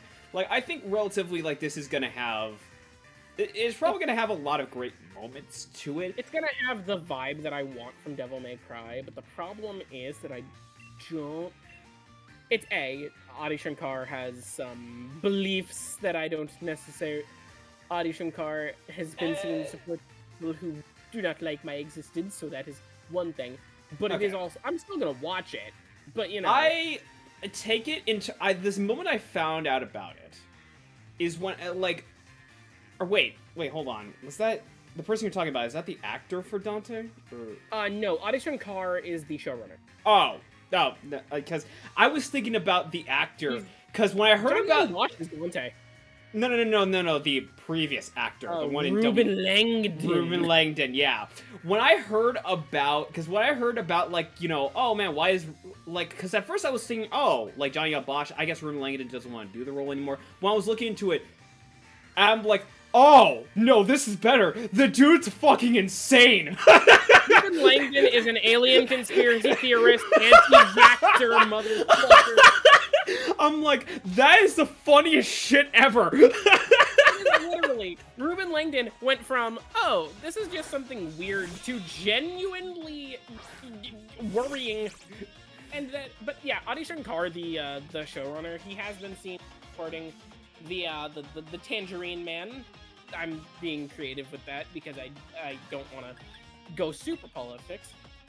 But basically, you know, because me being the trans woman, I don't quite exactly appreciate those who are basically I don't quite appreciate the fact that he is supporting someone who basically says you're not allowed to exist to my general neck of the woods. But I will still watch Devil May Cry because I do think, as shit a person as he tends to prove himself to be, he does have a good creative vision because, you know, he did good with the first few seasons of Castlevania. Yeah, and I'll say a couple of things about that. Well, first thing first, considering that this is my platform, I'm just gonna stand by this. I don't care if people want to dig me into the ground and everything. I will just say this. Anything regarding humanitarian values are not political. I don't give a fuck what anyone says. Like, it is not a controversial factor to be yourself and love being yourself. Trans people should not be told you're not allowed to exist. It literally shouldn't be on the CDC website. There shouldn't be, you know, LGB no T. Yeah. It's like, there's a lot, but it's a whole thing of like humanitarian stuff, not political. Yeah. But also regarding the Devil May Cry series, I will just say this. I mean, sometimes good art can come from people you don't necessarily agree with. Like, 100%, I will say this. Chinatown, absolutely, like, a top-tier film. Like, it like, is one of those films that, if you go to film school and you learn about how to do, like, film noir and everything, like, that's one of the films they will tell you about. Roman Polanski is a fucking monster. Like, yeah, the director of Chinatown has gone on record for admitting and 100% owning up to the fact that he will, by all accounts, not have a problem with having sexual interactions with underage girls. And that's where I'm like, yeah, he's a fucking monster. But then there's a trade-off of, like, Chinatown is a really good fucking film. So sometimes really terrible people, or sometimes people who have really fucked up values or just you don't agree with, can make stuff that is actually really good. And that's kind of the catch-22. Yeah, it is. Like, I agree with you. Like, I don't... It's one of the big reasons why I say, give Vic Mignogna his credit, but never give him shit again. You know what I mean? We'll never... Okay, like, I would stop at this. It's just, like, credit him... I think, to add on to that, credit him for the work he's done on anime, but stop there. Yeah, give him credit for the anime work he's done, never give him another role. Yeah. Do not give him a platform. Yeah, he's, like, I ended up... I'm still going through it, but there's an 11-hour documentary of, like, Vic Mignogna backed by all these different receipts. And the funny thing is, that's what I was asking that for so many years. It's just, like, a lot of people, since the whole thing with Jamie Marchi and Monica Rial, were getting on him for the sexual harassment allegations. Yeah, a buddy of mine, his name is Hunter. He's a trans man, right? Yeah. So, you know, he's not super far into, like, a... you know, physical transition yet. Mm-hmm. He goes to this convention like years ago, right? Yeah. When he was very clearly underage. Yeah. Vic Mignogna he has a story where, like, you know, Vic Mignogna was being kind of creepy, and he was like, you know, Hunter was in a Ruby cosplay because, you know, Hunter's a Ruby fan. Yeah. But basically, my friend Hunter, he's in this Ruby cosplay. He's cosplaying Ruby Rose. And Vic Mignogna is very creepy about it. And it's like, Okay. Yeah, see, stuff like this is not what, like, any time I asked about it, this was never, that kind of stories was never the kind of things I got. Like, and the fact that, like, he has had a number of, like, honestly really questionable opinions. Like, you know about the convention story with him and Clamp? I don't. No, I don't. So, Clamp, to those who don't know, is an all-female centered studio, which responsible for the designs of Card 5 Vanguard Overdress, Code Geass. Yep, and they even had a, like, special design in Tekken 6 for Jin Kazama. But the point is that some of their works are fairly like boys love. Like, they have very, like, same-sex relationships a number of times, which, again, nothing wrong with that. He has tried to make up this story about, like, Clamp and how, like, he met them, and sort of the story behind one of the manga that was clearly, like, a very much a gay couple story. And fans were calling him out, and he was, like, he couldn't... He was kind of backpedaling. He couldn't really come up with, like, his story didn't line up with the timeline, so on and so forth. And it's just interesting. For that specific thing, it's like, Vic Mignogna does not come across as homophobic. Vic Mignogna comes across as questionable, but he's definitely not homophobic. Because I remember seeing this video of him at a convention, right? Mm-hmm. It was candid. It was not intentionally captured. It was like, you know, he probably didn't even know it was being filmed. Yeah. There's, like, a bunch of people outside of this convention holding signs that are like, oh, being gay is a sin, whatever. Vic Mignogna straight up was like, yo, that is not okay. If you really claim to be Christian, you should be loving... Yeah, I remember that. They were talking about how the whole, like, God will damn you to hell and so on and so forth, and he was going off about, like, yeah, you're missing the whole point. God loves these people, like... And that's where I think that... It is literally, the man has very bad values, very bad actions. But he has his moments, and that's the worst part, where it's like, oh, you know this person is shit, but he can absolutely have those moments, and it can be very conflicting. Yeah, and I think that in its own way, that is very human, is that, like, because, yeah, I 100% do not agree, because here's the thing about him, is that, in my eyes, he's not necessarily, like, full-on just homophobic or anything. In my eyes, he's just he's very religious, and specifically like very Catholic religious. or Christian religion, and shouldn't, like, well, yeah, my mom is Christian, and that should tell you all you need to know about that. But Yeah, your mom is Christian and not in the good way. Vic Mignogna is very he's middle of the road Christian, where it's like he has those moments of not in the good way. He has those understanding what being a Christian actually is about. It's a whole like shit. I think very much it's in the case of like there are times where it's just like I think it's very much a case of like he's the type of person that I feel he's the type of person that won't cross certain lines, but those lines are very questionable in terms of where his stance is. Yeah, it's like he won't cross certain lines, but those lines definitely, but he will very much tiptoe on. It's I think a really good anybody interested, I would recommend watching the series Atlanta, mainly because it's a good show. But there's a episode where one of the characters yep, with Donald Glover. But there's one of the characters is just waking up middle of the morning and everything, like early in the morning, and he has to hear like his neighbor's dogs just barking up a storm. He's just like, oh my fucking god. So his usual tradition is just going out, getting some breath air, and you see him going to a gun range. And, you know, the funniest part is, he goes to a gun range where it's like, you see these other people, and they're practicing their guns, and it's just like, you see them taking out, like silhouettes of robbers, silhouettes of families, and this dude has his own target for the silhouette of a dog, and he starts firing, it's just like, hey man, that's not cool. Like, I mean, I why would you shoot a pet? I'm just like, look, you don't understand. My neighbor's dog, he's barking. It's just, yeah, but it's not right to shoot animals. It's just like, you have a target of a family. What makes that right? It is quite literally. It's literally. I have my ways of getting out my frustrations without actively being harmful. This is it. Yeah. Don't give me shit. It is the fucking smiling friends moment of just Mr. Frog just at the practice range with a rocket launcher and everything. Just might as well get his aggression out on that before he starts taking it out on something you really wish he wouldn't. Yeah. But yeah, there's a lot of, like, it's again, a lot of shit happens, weirdly enough, in the voice acting sphere. Yeah, dude has the right idea. Yeah, like, The there are voice acting people... sphere is such a weird... Yeah, there are just people that I used to really enjoy. Like, I still enjoy their performances, but there's just some things that they've done where it's just like, I can't really, like, fucking fix yourself right now.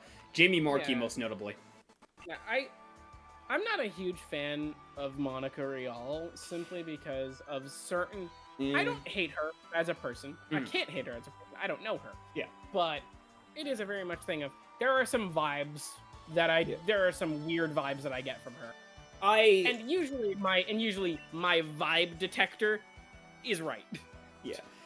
Like, regarding people like Jamie Markey, it's just like, even in terms of like Vic Mignogna, as much as I will criticize him, it's just like, I don't really hate him because I never met him. I never really, literally, like, to quote Dave Chappelle, I don't know this nigga at all. I don't know anything. I don't know anything that they don't tell me. Oh, hey, how about this nigga? Nothing! And it's like, with Jamie, the thing about it is just like, if I don't know you, like, I can criticize you, I can get on your case, sure, but it's just like, I can't really bring myself to hating you unless you go past a point where you do something where it's just like, wow, really, that's how you want to play the card. Jamie Markey going on record for messing with localizations and treating convention goers who ask Q&As with, like, this fucking, like, as if she has this fucking hubris. It's just like, oh, you have a problem with this? Well, it's because I have a vagina. And then trying to throw people like Asmongold under the bus for the amount of hate and slander she's been getting and whatnot. It's just like, oh! Yeah, for the localization thing, I understand. Throwing Asmongold under the bus in general... It depends really depends on the localization. If it's like most notably the fucking Kobayashi's Dragon Maid one, I'm just like, or the prison school one, where it's like, where it's just like, you can change up the script to a dub if you want, as long as it, as long as it is still in the same kind of, it keeps the same vibe, it keeps the same value. Yeah. Like, for example, My Hero Academia, there's a scene with one of the characters who's just, like, dressed up in this little Santa outfit and everything, and they are going off, like, saying all these different holidays. In Airy. Yeah, Airy. In Japanese, she throws beans and she says, "Demons out, blessings in." And it's just like, no, that's actually further down the line. In English, it is, she's throwing those beans, but in sickness and in health. Actually, that's further off. Like, it's changing it to be more recognizable by Western audiences, because nobody in the West, unless they were doing the research, knows what the fuck Tanabata is. But they know what weddings are. Yeah, a lot of localizations do that. A lot of and I've seen some people who are like, "That's not okay," and I'm just like, guys, just. It really depends. If it's there's a difference between something. It's a difference between, again, like in sickness and in health, and in those petty like pessimistic, like matriarchal values were getting on my nerves, so I ended up having to be forced to change clothes or just something like that. I'm just like, that's in the Japanese to fucking Kobayashi's Dragon Maid. It was just like, well, people were bringing up a number of things, so people were bringing up how, you know, a little outlandish it is, so I kind of just changed clothes. It's just like that.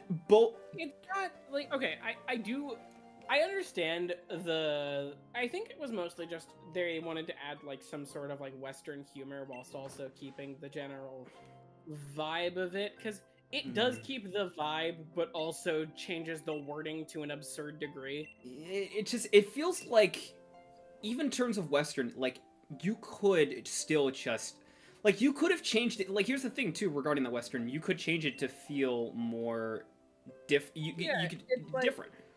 You could change it to, like, like, a lot of guys are staring, so or yeah. whatever. Yeah, like, I was getting a lot of weird looks from guys and pictures, so I just ended up changing clothes. Like, something like that. It's different, but it's just, like, it's understandable, and it resonates with people. Like, oh, okay, yeah, that makes a lot of sense, because you have a very attractive body, and you tend to put it out quite a bit. Okay, I'm actually trying to remember who Jamie Marchi... Jamie Marchi was the voice of Quetzalcoatl in Dragon's Maid, Rias Gremory in High School. I know one specific thing she did.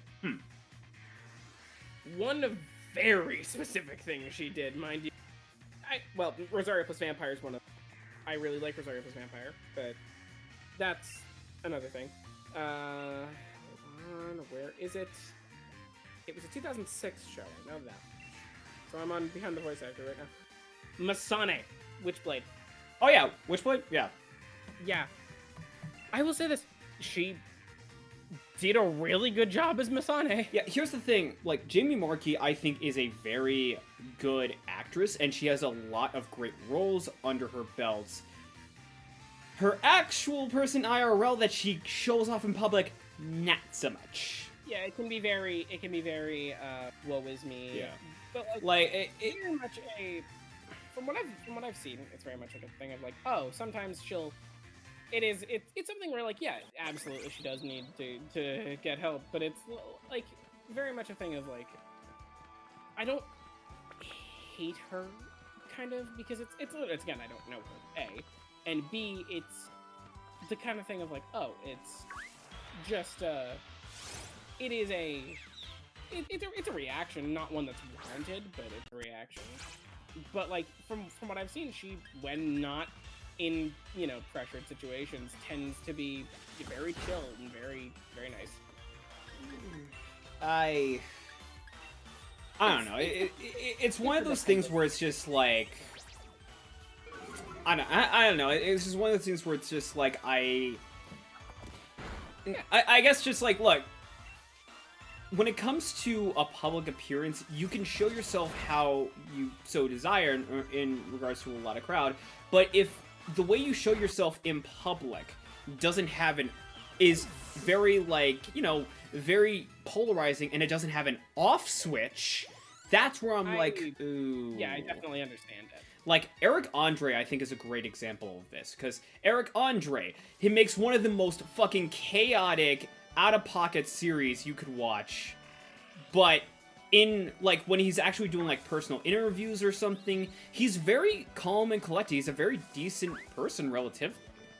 Like, that to me says that, yeah, that's a character he's playing, and he knows how to make that flip.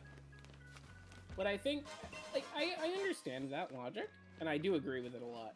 I think I do also understand a lot of the reason as to why a lot of women, especially in the world in general, tend to have that sort of, like, vibe of, like, being very defensive. Because it is a thing of, oh, shit. Because for a lot of things, it is very much like, oh, even for things that gender doesn't really matter, gender will be brought up. And it's like, yeah. But, like, yeah, especially for, like, localization and stuff, it is not a, you know, adequate response. I do think there is a lot of, like, reflection and stuff there. I understand it, but I also don't agree, you know? Like, I am very much a kind of person who's like, I'll try my best to empathize and understand. And I will do what I can to not judge until I know more. But it is also a thing of, like, I understand where you're coming from. Yeah. I don't know. It's like I have said a number. I will 100% I'm not gonna backpedal or anything. I have 100% said some shit about Jamie Markey in the past, and all I will say is I stand by what I said until it is further proven to light that she's able to prove me wrong in terms of my actual impression of her. Yeah, understandable. I don't say that that's not wrong. Like, it's again, it's a thing of, like, oh, opinions are opinions. We're all gonna have one. You know, they're always going to. Yeah, that's just the nature of being human. Yeah. Yeah, like, and sometimes people are just questionable on some things. Sometimes, you know, it's just, like, it gets really hard to fucking actually defend anybody like that. What was his name? The fucking previous like, this was an actor for fucking Genshin Impact. He got let go for some real fucked up shit, like, yeah, taking advantage of his fucking fans.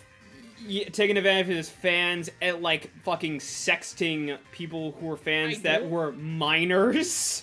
I don't remember the name. But he not only, he not only admitted to his, like, the people he's working with that, yeah, he did do that, but also, quote unquote, yeah, I did not do that, where it's just like, I didn't say anything, like, wrong or sexual. It's just like, but I'm just like, yeah, dude, you're just a piece of shit.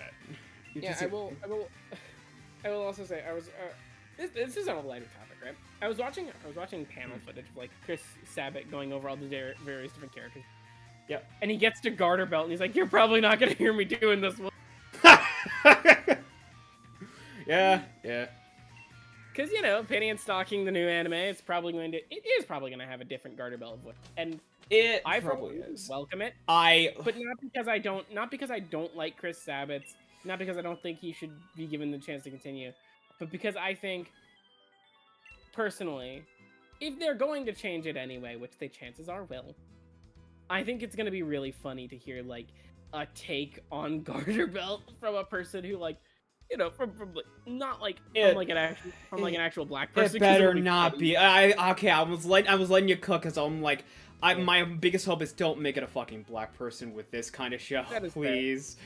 Like, okay, unless genuinely they are fixing the fucking stereotyping. Unless they fix the stereotyping. Yeah, don't, like, give more, like, fucking take a page. Get rid of Garter Belt's popo lips, please. Yes, take a page from fucking Shinichiro Watanabe. He has such a, the shows he directs has such a great fucking understanding of not just skin tone, but different hairstyles and different body types. Like, and genuinely, the man's thought process regarding that is just, like, if people think it's weird that there are different characters with skin color and whatnot, he wants you to, like, it's important that he makes you, like, think about why you might think that is. And I'm like, that's something I fuck with. Yeah, but even if they do keep the stereotyping, if it does wind up being a black dude, that just shows that person has an immense sense of humor. Yeah, like, okay. Okay. It depends on, in my eyes, I think it would depend on the black person, I think. Yeah. There are a lot of black voice actors who I think could absolutely Yeah. make Garter Belt work. Look, what if it just ends up being Michael J. White? What if it just ends up being Michael J. White just doing his Black Dynamite performance? What if it's fucking jokingly? What if it's fucking just fucking Justice Slocum? Or Zeno Robinson? Oh my god. Okay, Zeno Robinson would kill his Garter Belt. I'm not even kidding there. Yeah. I think that would be the funniest recasting because Zeno Robinson himself does have that sense of humor. Yeah. Like genuinely, it's just like if you're getting people who genuinely like do have a good, at the very least, a good sense of humor about themselves and whatnot, and can take things in lightly. Oh, yeah. Go ahead. Like, if we're getting, like, if you, by all accounts, want to do the kind of Blazing Saddles mentality, where you're, or even, again, like I said, the Black Dynamite mentality, where it's like, these people are aware of what this is doing, and these people are aware, in a lot of ways, it's bad, but they're leaning into it because of just how funny it could be. Yeah. That's what I'm fine with. I will also say this. I think that, one of my favorite little things is just Samuel L. Jackson out here like, I want to be in an anime. I don't know who made Afro Samurai. What studio did that? I believe that was Madhouse, I think. Madhouse. I bet. Yeah. And Because I think, wasn't Afro Samurai produced West in Mind first? It was, actually. But, from what I recall... Because I think they knew they'd be getting Samuel L. Jackson. If I recall specifically, the series itself is done by an entirely different creator. I think regarding Sam Jackson's desire to, like, passion project and everything, I think it's mainly just playing the character Afro Samurai. Yeah, I think Samuel L. Jackson was involved at least partially in the creative thing. I do remember him saying that vaguely. But I do love that Samuel L. Jackson was just, he was the main character of an anime. Yeah. Because that man loves anime. Yeah. Hentai too. Does Samuel L. Jackson like anime? Yes, I do. Hentai too. I love Samuel L. Jackson. Yeah. He is just the grandpa vibes, and I love that. I mean, like, the dude is proud of what he is. I mean, he used to be, if I recall correctly, he used to be a Black Panther. Yeah. Bro's got the old grandpa vibes with all the various stories that you unlock. Like, it's like dad lore, but on one of my favorite, like, ever moments of Sam Jackson on TV is, I forget which show this was, but it was like a comedy sketch show where he was brought on just as himself. And he was brought on with the understanding that he was like selling, like promoting his own foundation, which is cool, but he was getting cut off at every moment, and he was just like, look, I'm here to talk about, he's just like, look, man, I'm here to talk about my foundation. Don't you cut me off! They cut him off, and they go like, all right, we're out of time. I like to think my guest Samuel Jackson said on live TV, man, fuck! That's some bullshit! But yeah, I think just generally, some of my favorite stuff is just like, Samuel L. Jackson looking right at Leonardo DiCaprio. It is just a word. No one's gonna be mad at you. Yeah, like that's Say the whole the shit. That's the whole thing around the N-word, is that it is a word until it is not. Like, yeah, if it is intentionally used to harm, Yeah. that is when you draw the line. yeah, it's like 100%, and I will 100% take credit for this, and I'm the only one getting blowback here. It's like saying the word chink. It's like saying the word faggot. It's like saying the word transvestite. It's like they are just words. Now, pointing at people and calling them this shit or doing it behind their back, that's where we got the problem. Yeah, it's like it's quite literally like the if you're calling it to somebody who you know, who you are friends with, who you are close with, who you know is not going to take offense to it, that is great. Do it. It's reclaiming a word is all well and good. Don't use it as an insult. Yeah. Like, fucking, I think a comedian actually had a really good fucking bit about it, but they were listening to, like, Fuck the Police. It's like, fuck the police coming straight from the underground. A young... and he looks at his black friends. It's like, dude, okay, so listen. Is it okay if I say it as long as it's in the song? It's just like, I don't know. How would you feel if I said like this? And he says a bunch of like racist stuff around his type. It's just like, well, yeah, if you can find it in a song. Yeah, like genuinely, it's just like that. 100%. My stance on like racial slurs and everything is just like, I got no problem with people just just point blank saying them, but when you're using them against other people, that's where I'm like, all right, we gotta pull the stops on that shit. Yeah, if it's like a term of endearment, that's great. If it's an insult, no. Like a buddy of mine, or a used to be buddy of mine, there was a whole thing involving in like the theater that we were a part of. We used to like jokingly call each other faggot and dyke. Yeah, I mean, like jokingly, like that's fine. It's like, it's literally just, I guess, the LGBT community saying this word. That's chill. That they're the people who deserve to be able to say it. You know, considering that it was the insult. But yeah, it's like, yeah, I am definitely. It's like a thing of like, yeah, words are words until they are used to harm. And that is the truth. Yep. And I am firmly in the belief of the fact that we lived in a world that straight up was like, oh yeah, these will be used in derogatory senses strictly because, well, a lot of people are just kind of shit people. Yeah. Context is everything. Thank you, Star. Yes. Yeah. Oh hey, it's a bee.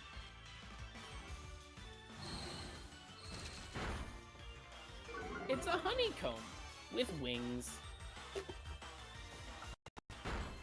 What's about to happen to this honeycomb? Honeycomb big. Yeah. Hello, welcome to the Kellogg's Foundation. We're gonna make Honey Nut Cheerios. That's not Kellogg's. I can't. For the life of me, I cannot hear Honey Nut Cheerios and not immediately think of rest in peace John Witherspoon's delivery as Granddad in Boondocks. Just nuts dipped in honey.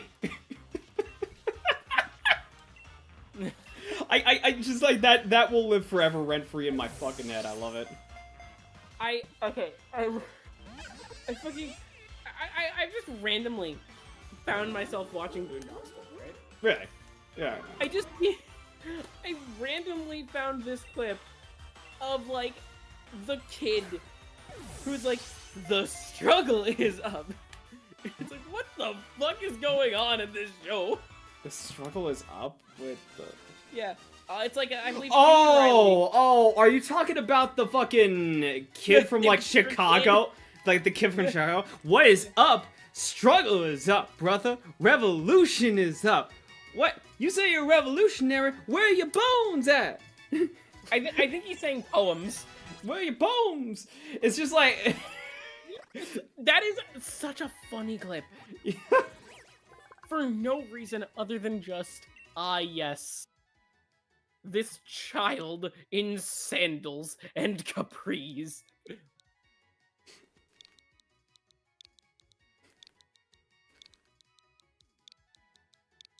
Beyonce! Hey, she a queen bee. It would have been funnier if you've added an extra E.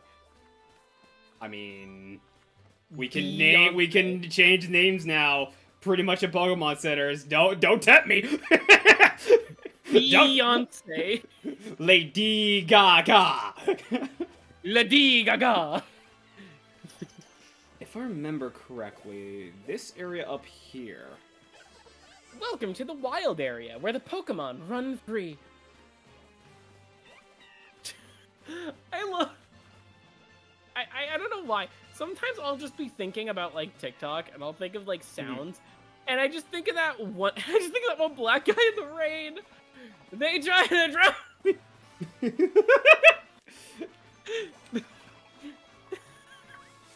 I cannot see.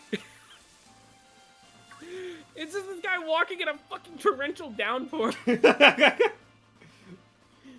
think one of my favorite things caught on camera was like somebody was just catching this like this older like sweaty black dude on camera. It's just like, you're on camera, say something. It's just like, last night I went out walking. I went out walking and I saw these 3 women headed down a dead end. And I was like, hey, you 3 women. 3 women. Why are you walking down that way? Not way. And they flew off. And I thought, oh, there must be birds. I know that video because of Markiplier. Yep. Yeah. Hey, you 3 women. Why are you walking down that way? There's nothing down there. Then they flew up. There must be birds. Just Markiplier laughing. And also that one video, I don't know if you've watched all of like the try not to laugh videos with Markiplier. I have. There's that one Asian kid with like the can. He hits himself in the nuts, then just all of a sudden you hear Smooth Criminal start. I think either Smooth Criminal or Billie Jean. I don't know which one. It is a Michael Jackson song. I know that much. I know the instrumentals enough to know. I think one of my favorite clips out of that is literally just he starts it. Oh shit! That's how you get baked. Just like I'm sorry. What? Hi, Ron. Hey, Billy. That hurt. That hurt. Kronk! I think one that genuinely, like, cause back when I was like watching, I used to like try to participate. The one that fucking got me was the Aaron Hansen clip of the crunch. Just roar! Jesus Christ, Aaron, roar! Just like the video distortion. The distortion. Oh God. I love the Game Grumps.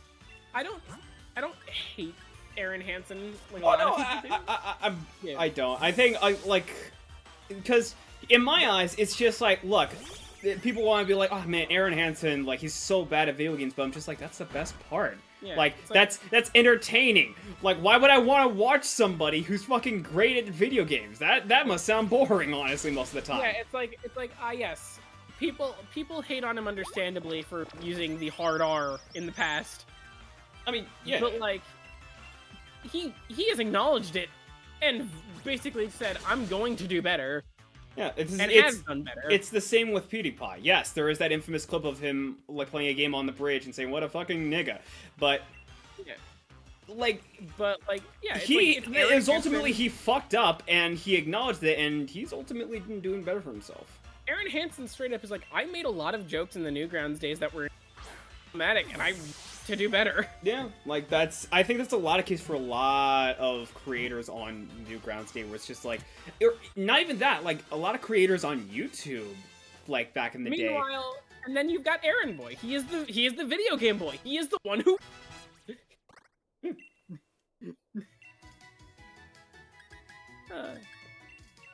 I also love Danny. He's so funny. Oh yeah, Dan. Like that's another character. Like a lot of people just tend to hate both the Game Grumps, like one or the other. But it's just like, no, I like both of them. See, the funniest thing is Danny is actually good at video games. It's just Aaron never.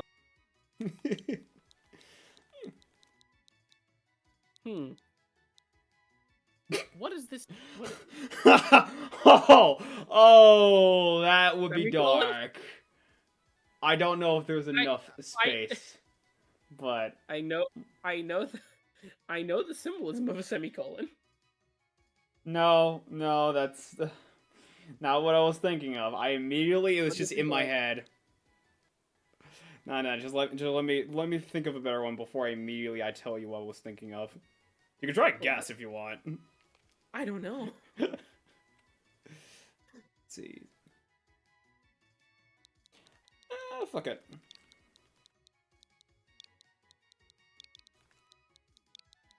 Winnie the Pooh. I was gonna call him Panda Express. I was like, okay, that might be a little fucked up. That might be a little fucked up. Oh my God! I was like, okay, that might be a bit fucked up. Okay, moving on. when I went to Chicago, in December last year, the hotel I was staying at had a Panda Express near him. My friend Nitro said to me, "This is a last resort. You only go there if you can't find anything else." And I was like, understandable. Oh boy, we're going into the city. Living in the city. Radical soda. I was thinking that too, naming it Express. Sarah's been watching my content for far too long. She gets me. Motostoke. Oh, Stoke. I thought that said stroke. Motostroke. That does not sound right. I was about to do the Family Guy voice now. I'm just like, wait, hold on, that might not be good. That might not be good. Hey, over here. What do you want?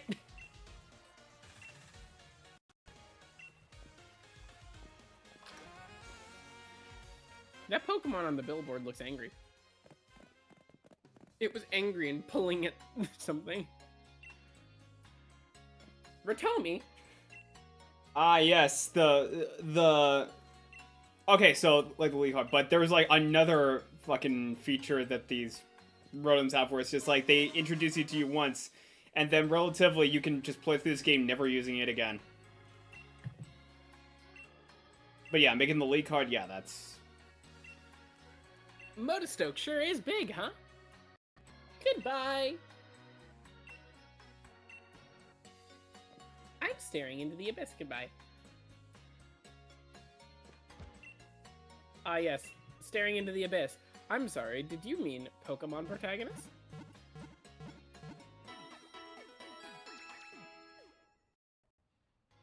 They're magically delicious. Wait a minute. Heal up my Pokemon and you say they're magically delicious. Hey, yo! I was just thinking about it.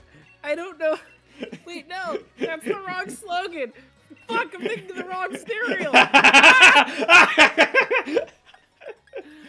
If you ever find a fucking toucan Pokemon, name it Sam. I don't know if that Pokemon is available in this, but I will try my best. Or Fruit Loops. I could call him Fruity. Beyonce. Wait, I think there's an accent to the Beyonce. Beyonce. Like Leviosa.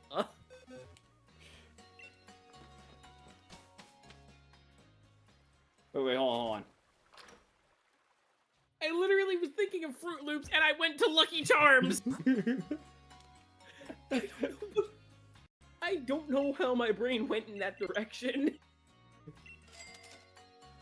Low battery. Oh, it's my controller. Fuck that, then. I have one of those old, like... yes. I have one of those old adapters for the controller where it's just like, you put it in, and it's just like, it doubles just as a normal controller. Yeah. I love the, I'm just saying this is a joke. Pokemon. The game where social issues get discussed. Which is weirdly not uncommon in the Pokemon. It's one of my favorite little things of like, ah yes, the Pokemon series. We'll discuss social issues and actively tackle what is actively socially just in the Pokemon world in various games. How the hell? But yeah, it's literally just, ah yes, the Pokemon series. Where randomly, because of the fact that you're just wandering around through the wilderness with various Pokemon, random conversations can just occur and some of them can get dark as hell.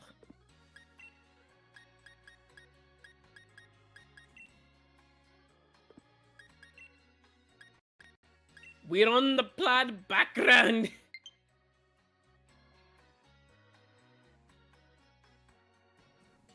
Do, do, do, do, do.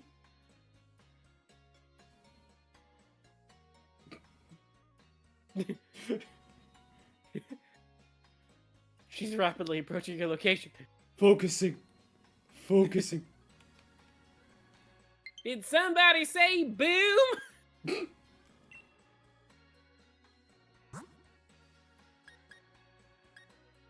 Have her dab. Or as close as you can get.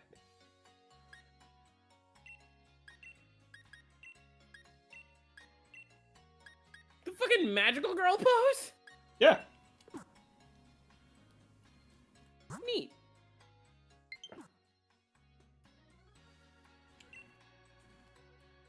The Joy-Con is yelling at you.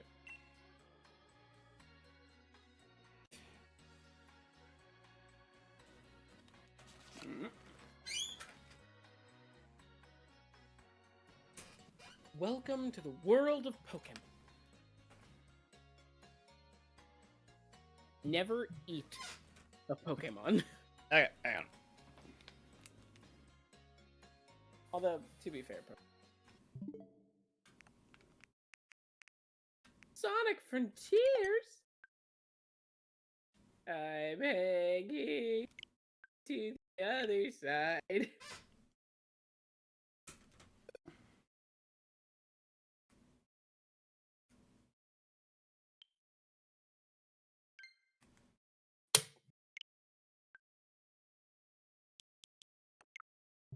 There we go. You can... Oh. You can play Pokemon with one Joy-Con?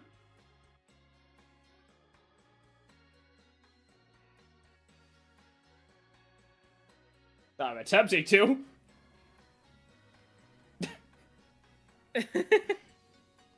Focusing. Focusing. Stare into my blank, lifeless eyes. One of my favorite, a friend of mine makes the joke of the Heart Soul Silver female protagonist that she killed, that she fucking killed Crystal from like the original, like, you know, Pokemon Gen 2, because Lyra is not the original female protagonist. Which, yeah, I find it very funny that there's like a lot, that every Pokemon protagonist has a canon name. Because if I recall correctly, it's depending on which canon you decide to take for the for Pokemon Masters and stuff. It's Red, Gold, I believe Brendan, Lucas, Hilbert,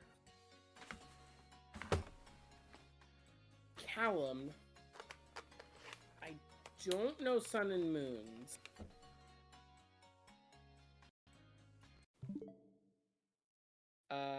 Then I know the female protagonist names for both Sword and Scarlet, Sword and Shield and Scarlet and Violet. Yeah. Yes. Pokemon Let's Go Eevee. The other game, the other Pokemon, the only Pokemon game that can actually be played with one Joy-Con.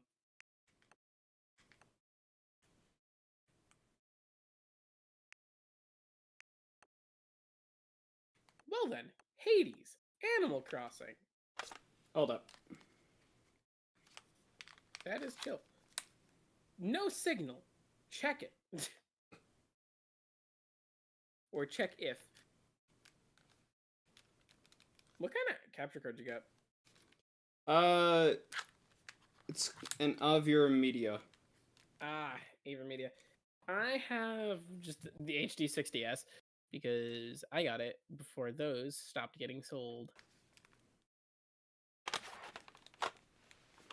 Okay, I'm just gonna be playing it awkwardly holding my dock and my Switch in one. Oh dear lord! When it wants me to.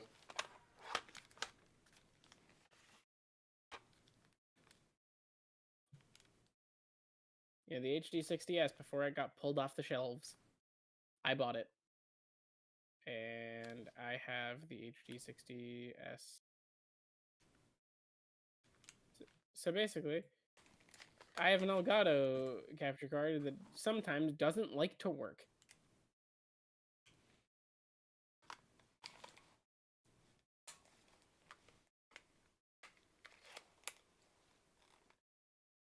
Okay, that should work.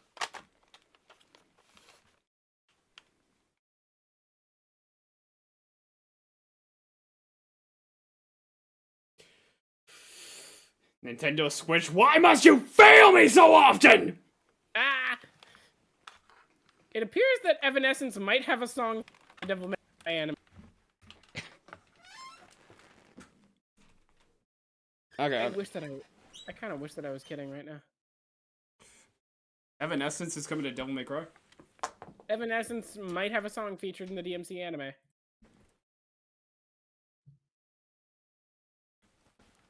hold on.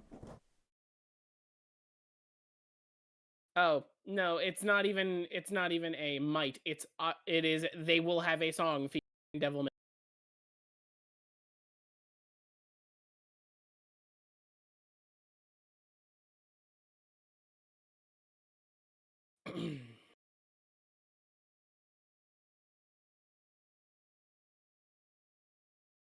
Do do do do do do do do.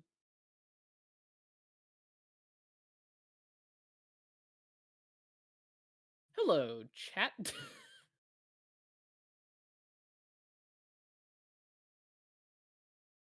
Wildstar, host us away. He's back. Is he?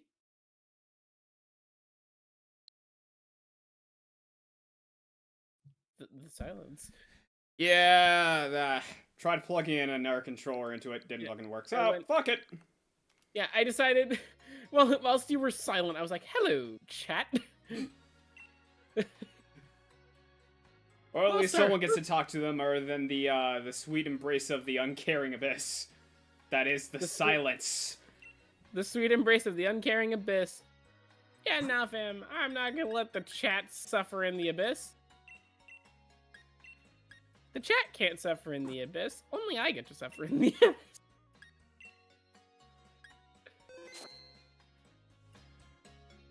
You went with the clear coding. Hello, Nurse Joy. Goodbye, Nurse Joy.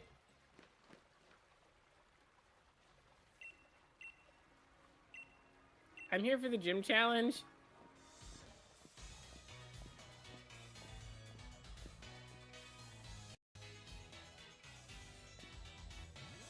I really do love the environmental. Oh yeah, yeah. A lot of the wild areas feel very barren, but I think that the like towns themselves are very interesting.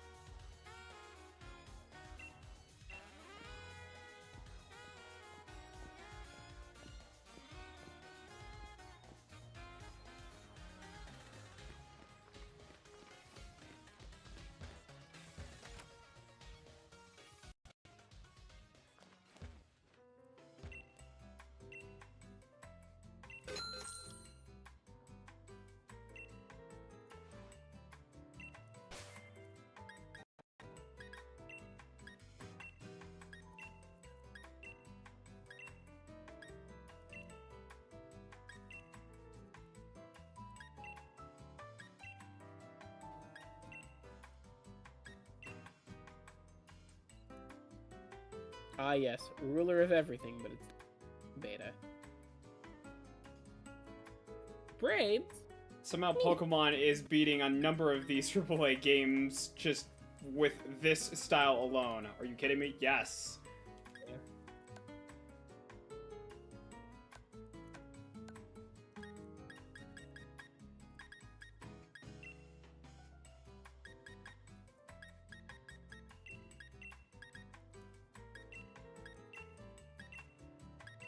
Honestly,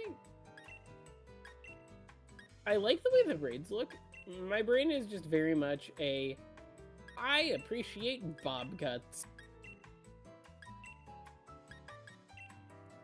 Because in my brain, I've always been the bob cuts are just cute.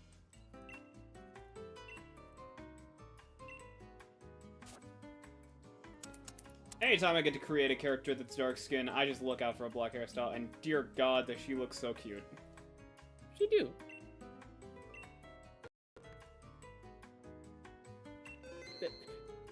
There's two of the same person. She's just occupying two spaces at once. Yeah, usually for me, it's when I get to create a character, I go for the what makes this character look the cutest in my mind, and usually that is a bob cut of some kind, combined with very pastel colors. God, this game has such great fashion sense. Yeah.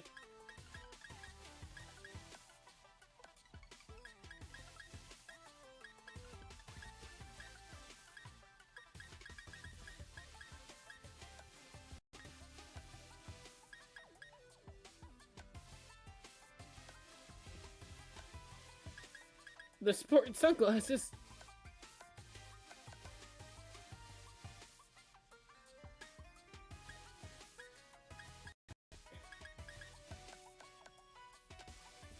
I love the idea just watching this child walk up in sunglasses where you like so like strangely colored, you can't see their eyes, and then they just the blank smile, hold out a Pokeball, and just basically go sicko mode on you.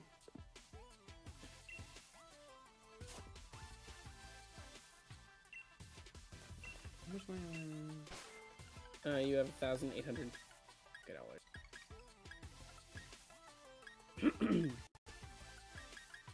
That's good. No. Yeah. See your you have 364 Poké Dollars now. AKA, you're broke. Oh damn, it really is just like real life.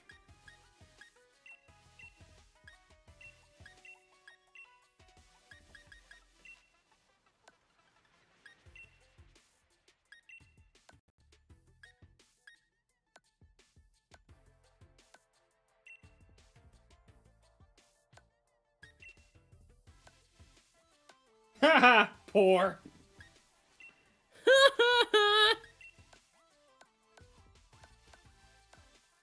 Welcome everyone to Pokemon, where being poor is a way of being because you're buying Pokeballs every 2 fucking towns. I thought you were about to say welcome everyone to Pokemon, where being poor is a choice. I mean, truly.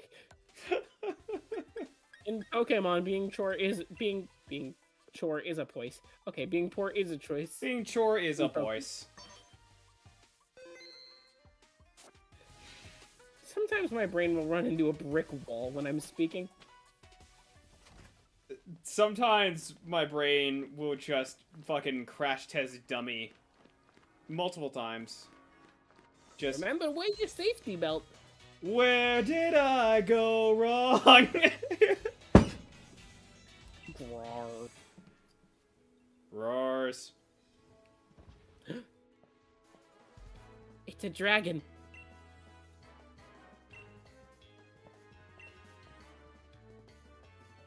It's a dragon and a strange man.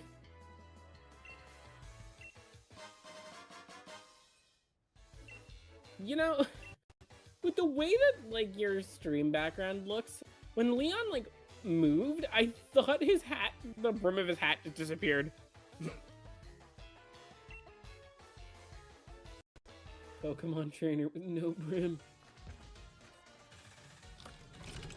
Bruh, you ain't no king. Stop wearing the hat that implies it.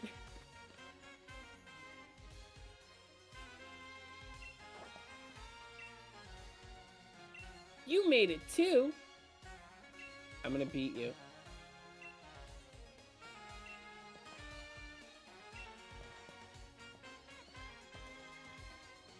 It's time the world learned our names.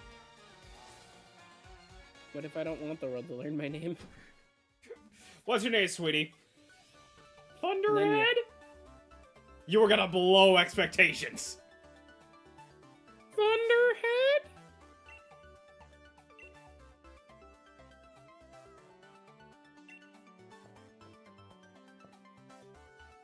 Ah, yes. Portal. I own close Don't you to fucking most... know who I am? Just resonates that fucking energy. Don't you know who I am? I made a song about talking dinosaurs. You don't even need to you don't even need to send me the bill. Just send the coffee to my car. I don't know who you are. Just female protagonist. You just looked Jen in the eye. Just don't you fucking know who I am? No, I don't. That sounds like a you problem than mine. It sounds like you're terrible at introductions. Well, yes, I'm trying to, if you'll just give me a moment.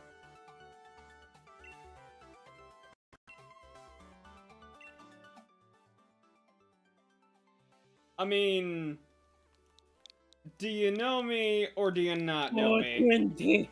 Do you know me or do you not know me? Come on. Listen. Listen, your Pokemon trainer, she knows how to blaze it.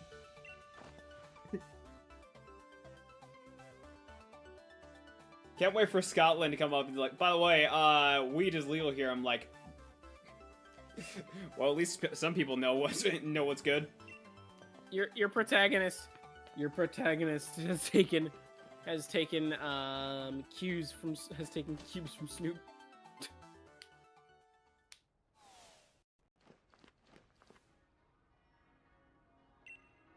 You must be Challenger Yoko. The Badoo drop in. Never mind. I that was weird. Anyway. Where is the Badoo drop in? It's in the opposite direction! Corbin is going the flies about. Yeah, it won't let you. You're not getting through!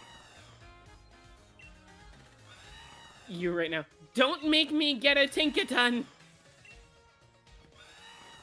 Where? Why are you...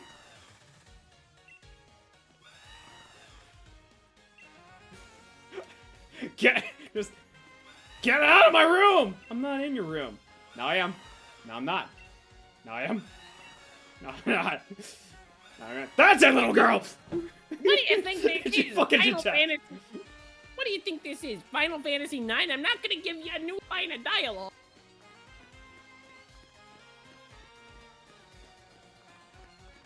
That is one of my favorite things about Final Fantasy 9. Just repeat the same incorrect dialogue choice 64 times and get a new line of dialogue.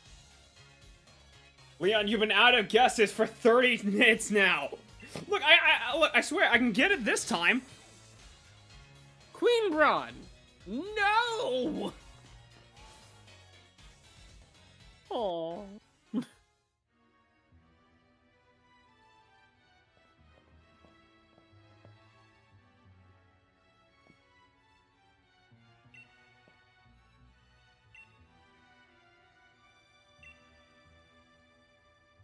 The slumbering Weald.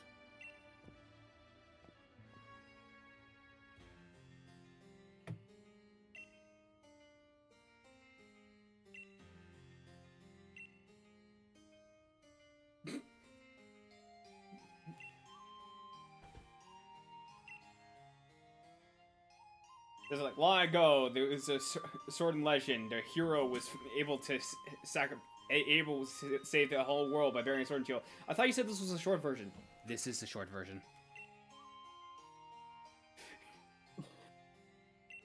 The short version still takes a long time.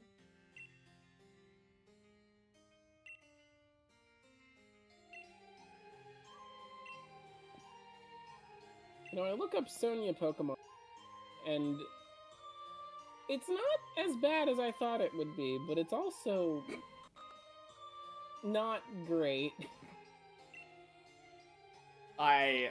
Anytime... A majority of it is tasteful fan art. Like, genuinely, like, look, I don't it's not that I don't believe you, but it's just genuinely there's a reason why I refuse to really like look up anything Pokemon unless I'm like unless that's like specifically what I'm looking for, because it's just like I already know that like look, I wanted to drop a Porygon fan art a long while ago, but yeah. Vaporeon Pokemon, did you know? Did you know that an average human, in terms of male human and female human... Did you know that in terms of male-female compatibility, blah blah blah blah blah? Human and Pokemon compatibility, the Vaporeon, yada yada yada.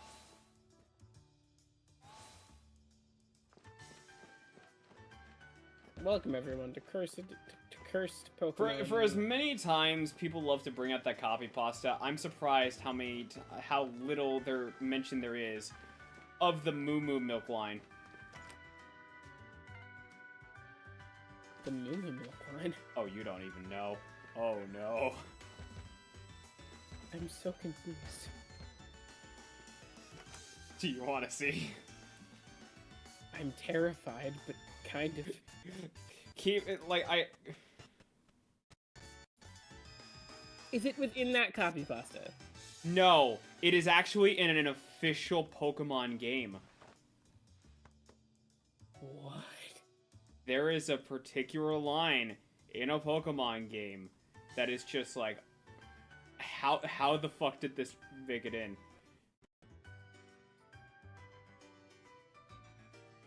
Yes. I remember looking up My Natsume because this is an interesting character. And I just see fan art scrolling down and it's just My Natsume and My Shiranui Zev.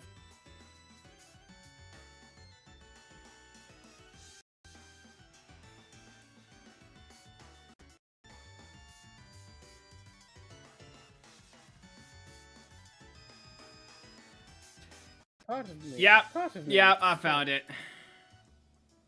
Oh no.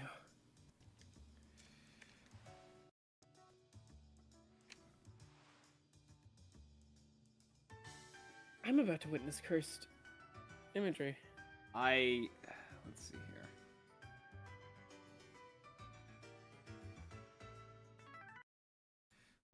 Hopefully the sound comes on your end for this. You've just added a browser source. Hello, I'm OBS.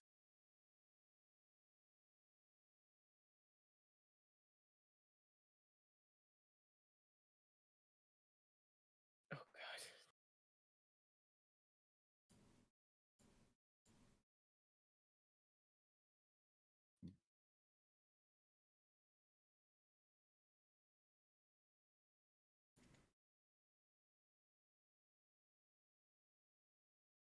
Yeah, feel free. Milk in a coffee cup just for you. One sip and you'll be hooked. This milk is so mellow yet rich. It'll make you wish your mother were a milk tank.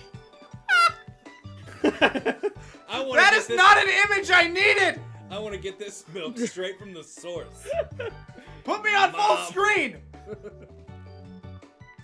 What the fuck?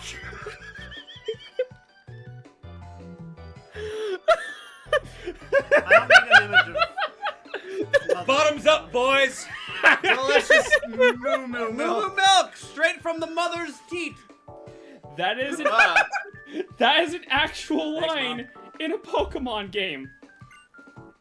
It'll make you wish your mother were a milk Just tank. like Mom used to produce. Moo moo. I'll be right back. I gotta wash. Moo moo milk in a... It'll make you wish your mother were a middle tank. It's just like that. It's just like, how the fuck did that just... How the fuck did no one find that in any way, shape, or form weird when, like, checking the script? It's just like, what the fuck? This is Pokemon we're talking about.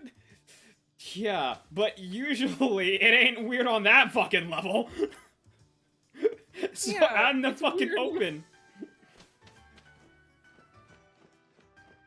Just seriously, it'll make you wish your mother were a milk tank. Just like Mom used to produce. God.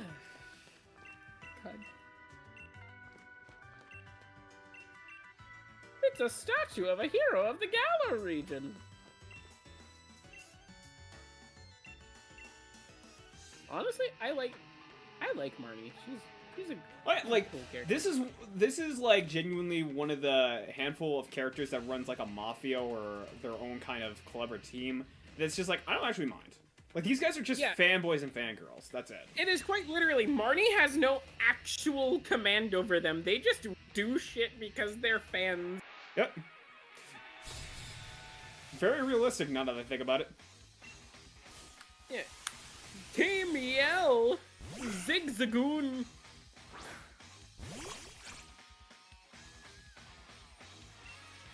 Honestly, I genuinely love that color palette more on Zigzagoon than its normal one. Galarian Zigzagoon is a very good, is a very good color palette.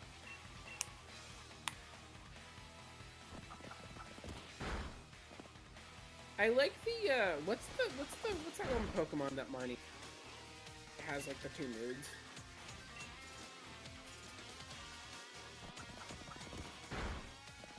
Is it like the Galarian version of Pikachu? Oh, Morpeko, I believe it is. Or Pekka probably is. Yeah. Give me a second. MRP.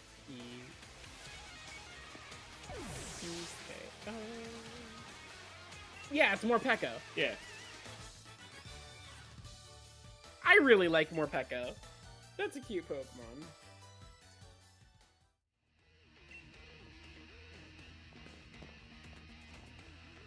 Another Team Yell Grunt. Excuse me, could you maybe not battle in our lobby?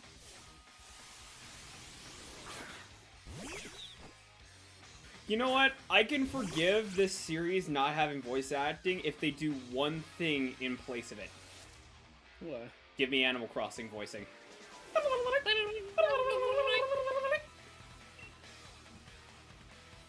Don't you think it's a little weird for an adult woman to be fangirling over a child? Would you believe No. me if I said no? No, I wouldn't.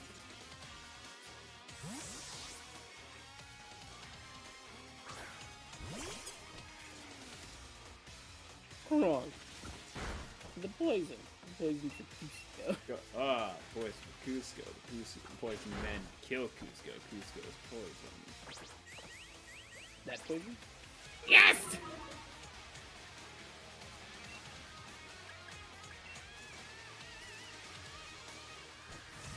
Razor Leaf!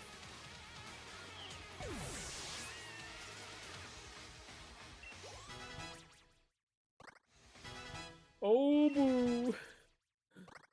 Fucking Obu. The Obus.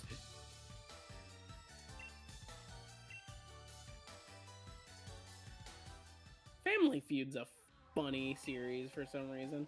Just the fucking Obu family.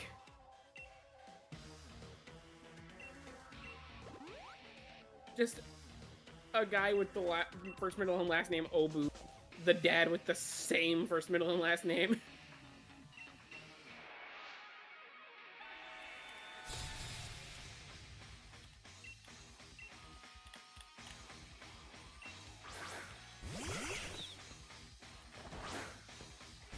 I do kind of like with the hairstyle, my character kind of comes off as androgynous. That's actually, like, I didn't realize that at first, but it's just like a nice sort of appeal. You cut out a little bit. Comes off as what? My character with the hairstyle comes off a little bit androgynous. Oh, fun. Like, if you don't, like, in terms of, like, cause, like, the way my character's avatar essentially is supposed to be a gender-bend version of myself. And a lot of the time, I like to pair it up with, like, hoodies, but also just wear a skirt. Kind of go for a mixture of both what casual boy wear, but also sort of casual girl wear as well. Understandable. I just kind of like how this game like makes it come off as like, yeah, like my character on one end could be a guy, but it also could be a girl, and it's just like, yeah, I mean, my character's supposed to be a gender bent version of myself, so I think it feels very more in line in meta. Hell yeah. But there's one thing I will not give Pokemon shit for is its character creation. I would like more than just choose your skin tone and then be your hair. At the very least, they let you like modify and adjust it with like hair salons and everything, so I think it evens out. You could just look at it as, oh, this is kind of the look your family wants you to have, and then when you go out into the world, now I can actually have the freedom to do it. Yeah, I suppose.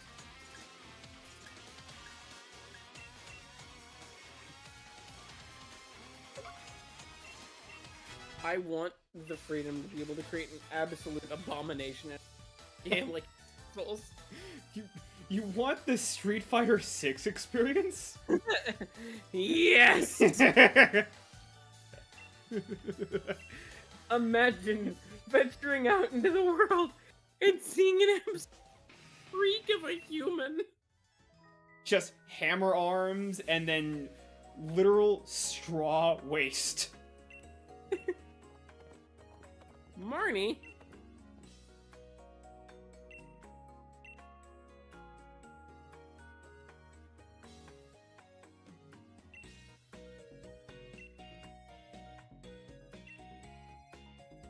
I actually really do like that, how it's just clear.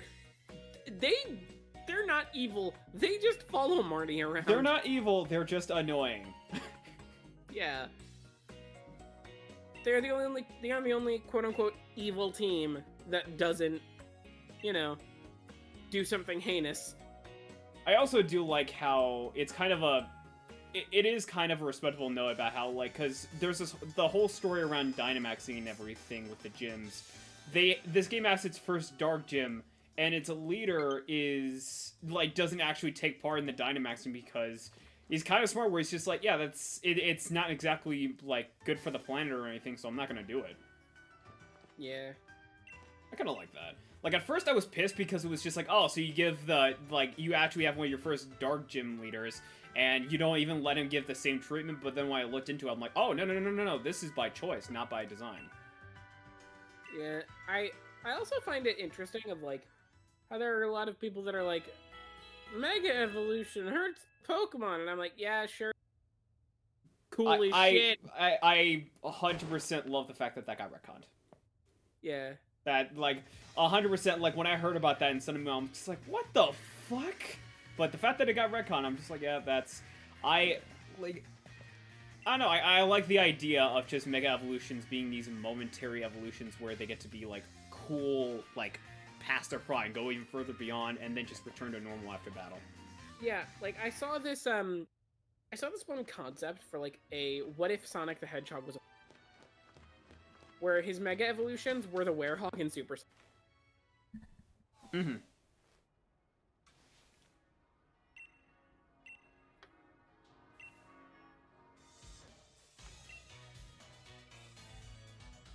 I also do like at a certain point, if you explore the city, you can find an NPC and he will give you the ability to just mute the music. Like, I like the music, don't get me wrong, but the fact that that exists and you can just play this game without any music and even record it is like, you know, as someone who likes editing clips together and everything, like, that is just a dream come true.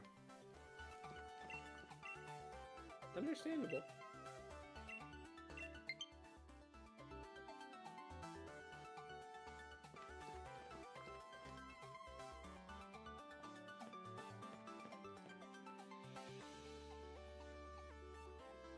$420.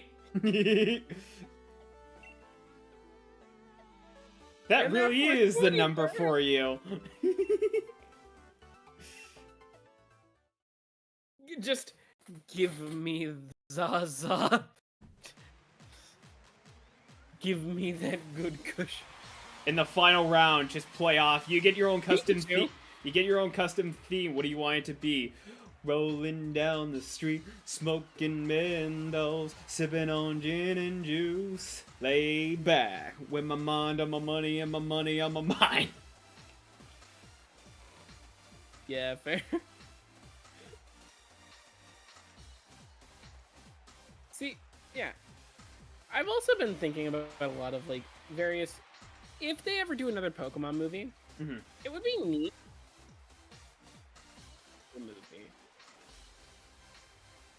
Like, cast Sharon, Bianca, like, do, like, an actual faithful adaptation of Black and White, because I feel like Black and White story can absolutely work as a movie.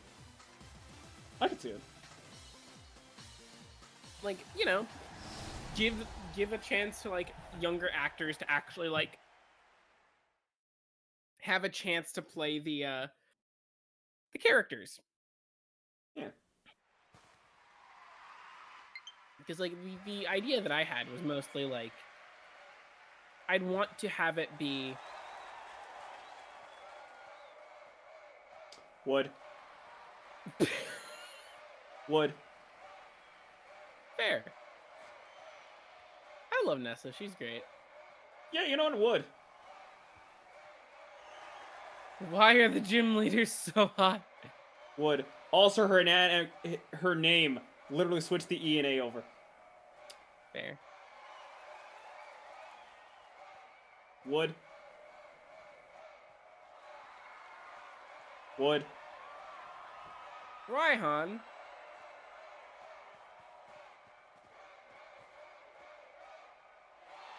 Who's the one they're missing? I'm pretty sure it's Leon. Or no. It's the dark type gym leader. Fair. Isn't there an ice type gym leader in one of the versions? That might be in the DLC. It's the lady in, like, the big puffy jacket. Yeah, I thought she was like white hair. I thought she was fairy type. Oh, Pierce. Yeah, they're probably missing is Pierce. Yeah. She probably is fairy type then, because... Yeah, because she, like, I remember, like, she has a very, like, unique vibe to her. Because, like, the version differences is literally get a gym leader that you don't get in the other. So that might be in Pokemon Shield, though. Yeah, probably.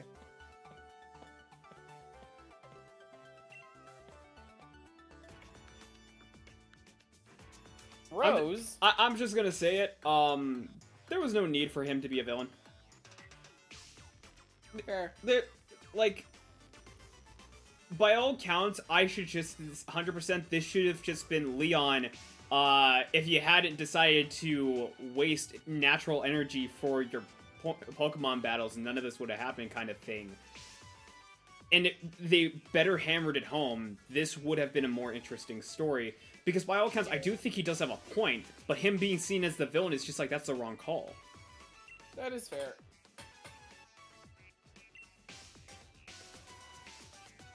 Because that's like that's the whole reason of, like, what they were building up to is that, yeah, like, there's a natural, like, there's a natural emergency, like, an actual thing that's happening with your environment and the Dynamaxing, and it's actually a danger. Leon constantly putting it off for the Pokemon battles and entertainment, and it's just like, that is a pride goeth before the fall story that they don't really focus on.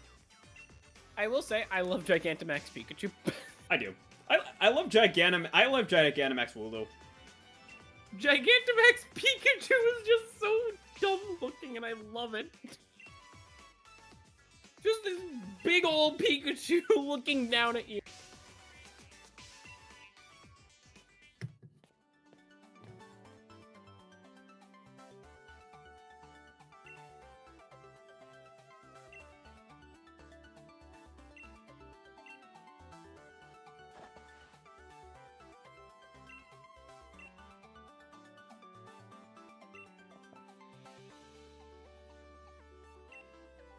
Yeah, okay, I think that's a good place to call it.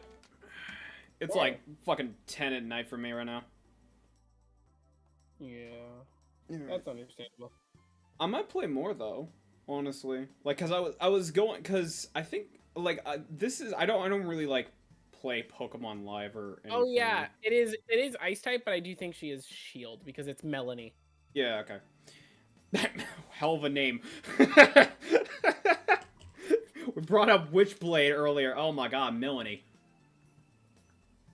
Yeah, and also just her model specifically is all makes her name ironic. But yeah. Yeah, Because just... like they actually do put attention to detail to her chest for some reason. Kids game, by the way. Anyway. Yeah, kids game, by the way. I've never really made it a habit to, like, do Pokemon games or anything. I just don't really know why. I mean, like, for God's sakes, I have just collecting dust on my shelf. I have Pokemon Y, I have Pokemon Alpha Sapphire, Sun, and Ultra Moon just sitting there. And by all accounts, I could just, like, boot them up and then play them, but just don't. Yeah, that is understandable. But I mean, like, after playing this and just, I don't know, this whole stream and everything, I know we've just kind of been going off topic and everything, but it's just like... Yeah, we've been going off topic, but, like, that's just kind of the fun of Pokemon. Yeah, I think it's just, like, in my eyes, it's just, like, if you're watching, like, Pokemon for, like, in my eyes, I don't think you really, like, watch too many people play Pokemon for seeing their reaction to the story as much as just, you know, what else they can bring to the table. Because it's just, like... It's why a lot of those videos regarding like when Pokemon gets big is like, oh, these are people who are doing a Pokemon Nuzlocke, or oh, these are people who are doing Pokemon, but it's like 4-player co-op, or oh, these are people who are doing like, oh yeah, let's play through Pokemon Emerald, but we're speed running through this kind of thing.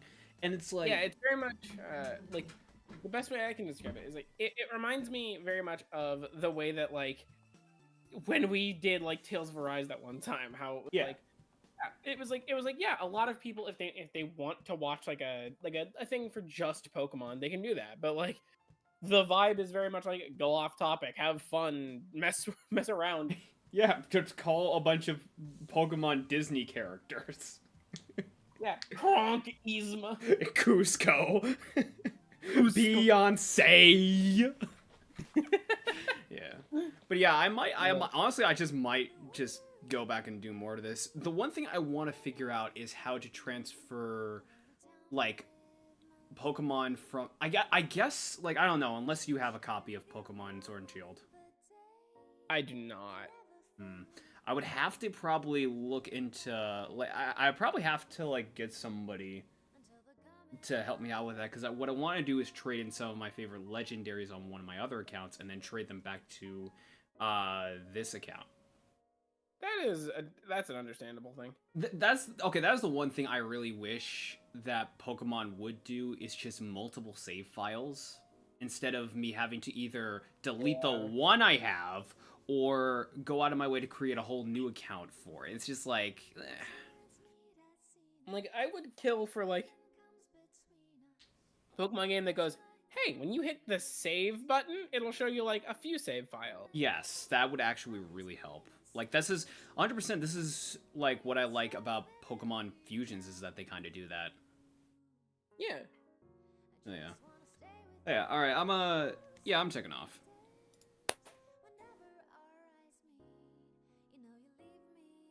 All right, see ya. See ya.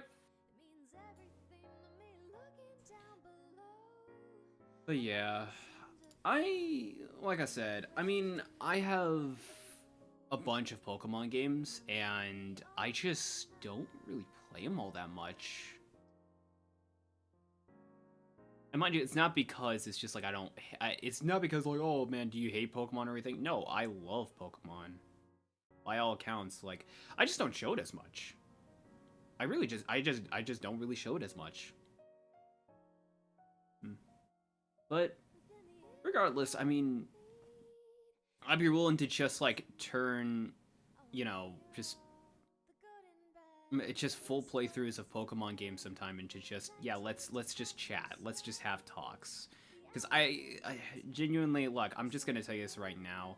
If you're expecting me to go into a Pokemon game with a brand new story and everything, chances are that's gonna be very slim to none. Because I'll most likely just be playing the game on my own time. But, you know, just playing the game as is and everything, and just kind of doing my own thing and having my own conversation, I think is fine. I think it's better. But anyway, I'm gonna get out of here. Yeah, I don't really know when I'm gonna stream Pokemon again. I'll have to... You know, I'll have to do a rain check on that, but I intend to come back to this, so... Yeah, thank you all so much for joining me. I guess feel free to check out my other content and everything. I have Blue Sky, I have Cara, I have an Artstation. If you want to support me personally, ko-fi.com/theartsocialshow. I have commissions opened, and if you want to, again, just help support me financially, the door is open there. And if you want to see some party games and whatnot, twitch.tv/cafeautumn. If things go well tomorrow and there's no real problems, I might be doing another Marvel Rivals stream. But we'll have to see how that goes. Marvel Rivals are just some multiplayer game. I'm planning to do something tomorrow, but I have not set anything in stone yet. Other than that, yeah. Thank you all so much for joining me, and I hope you all take care, and I guess see you all next time. And always remember, you're welcome at Cafe Autumn, as long as you're not a cunt. Take care.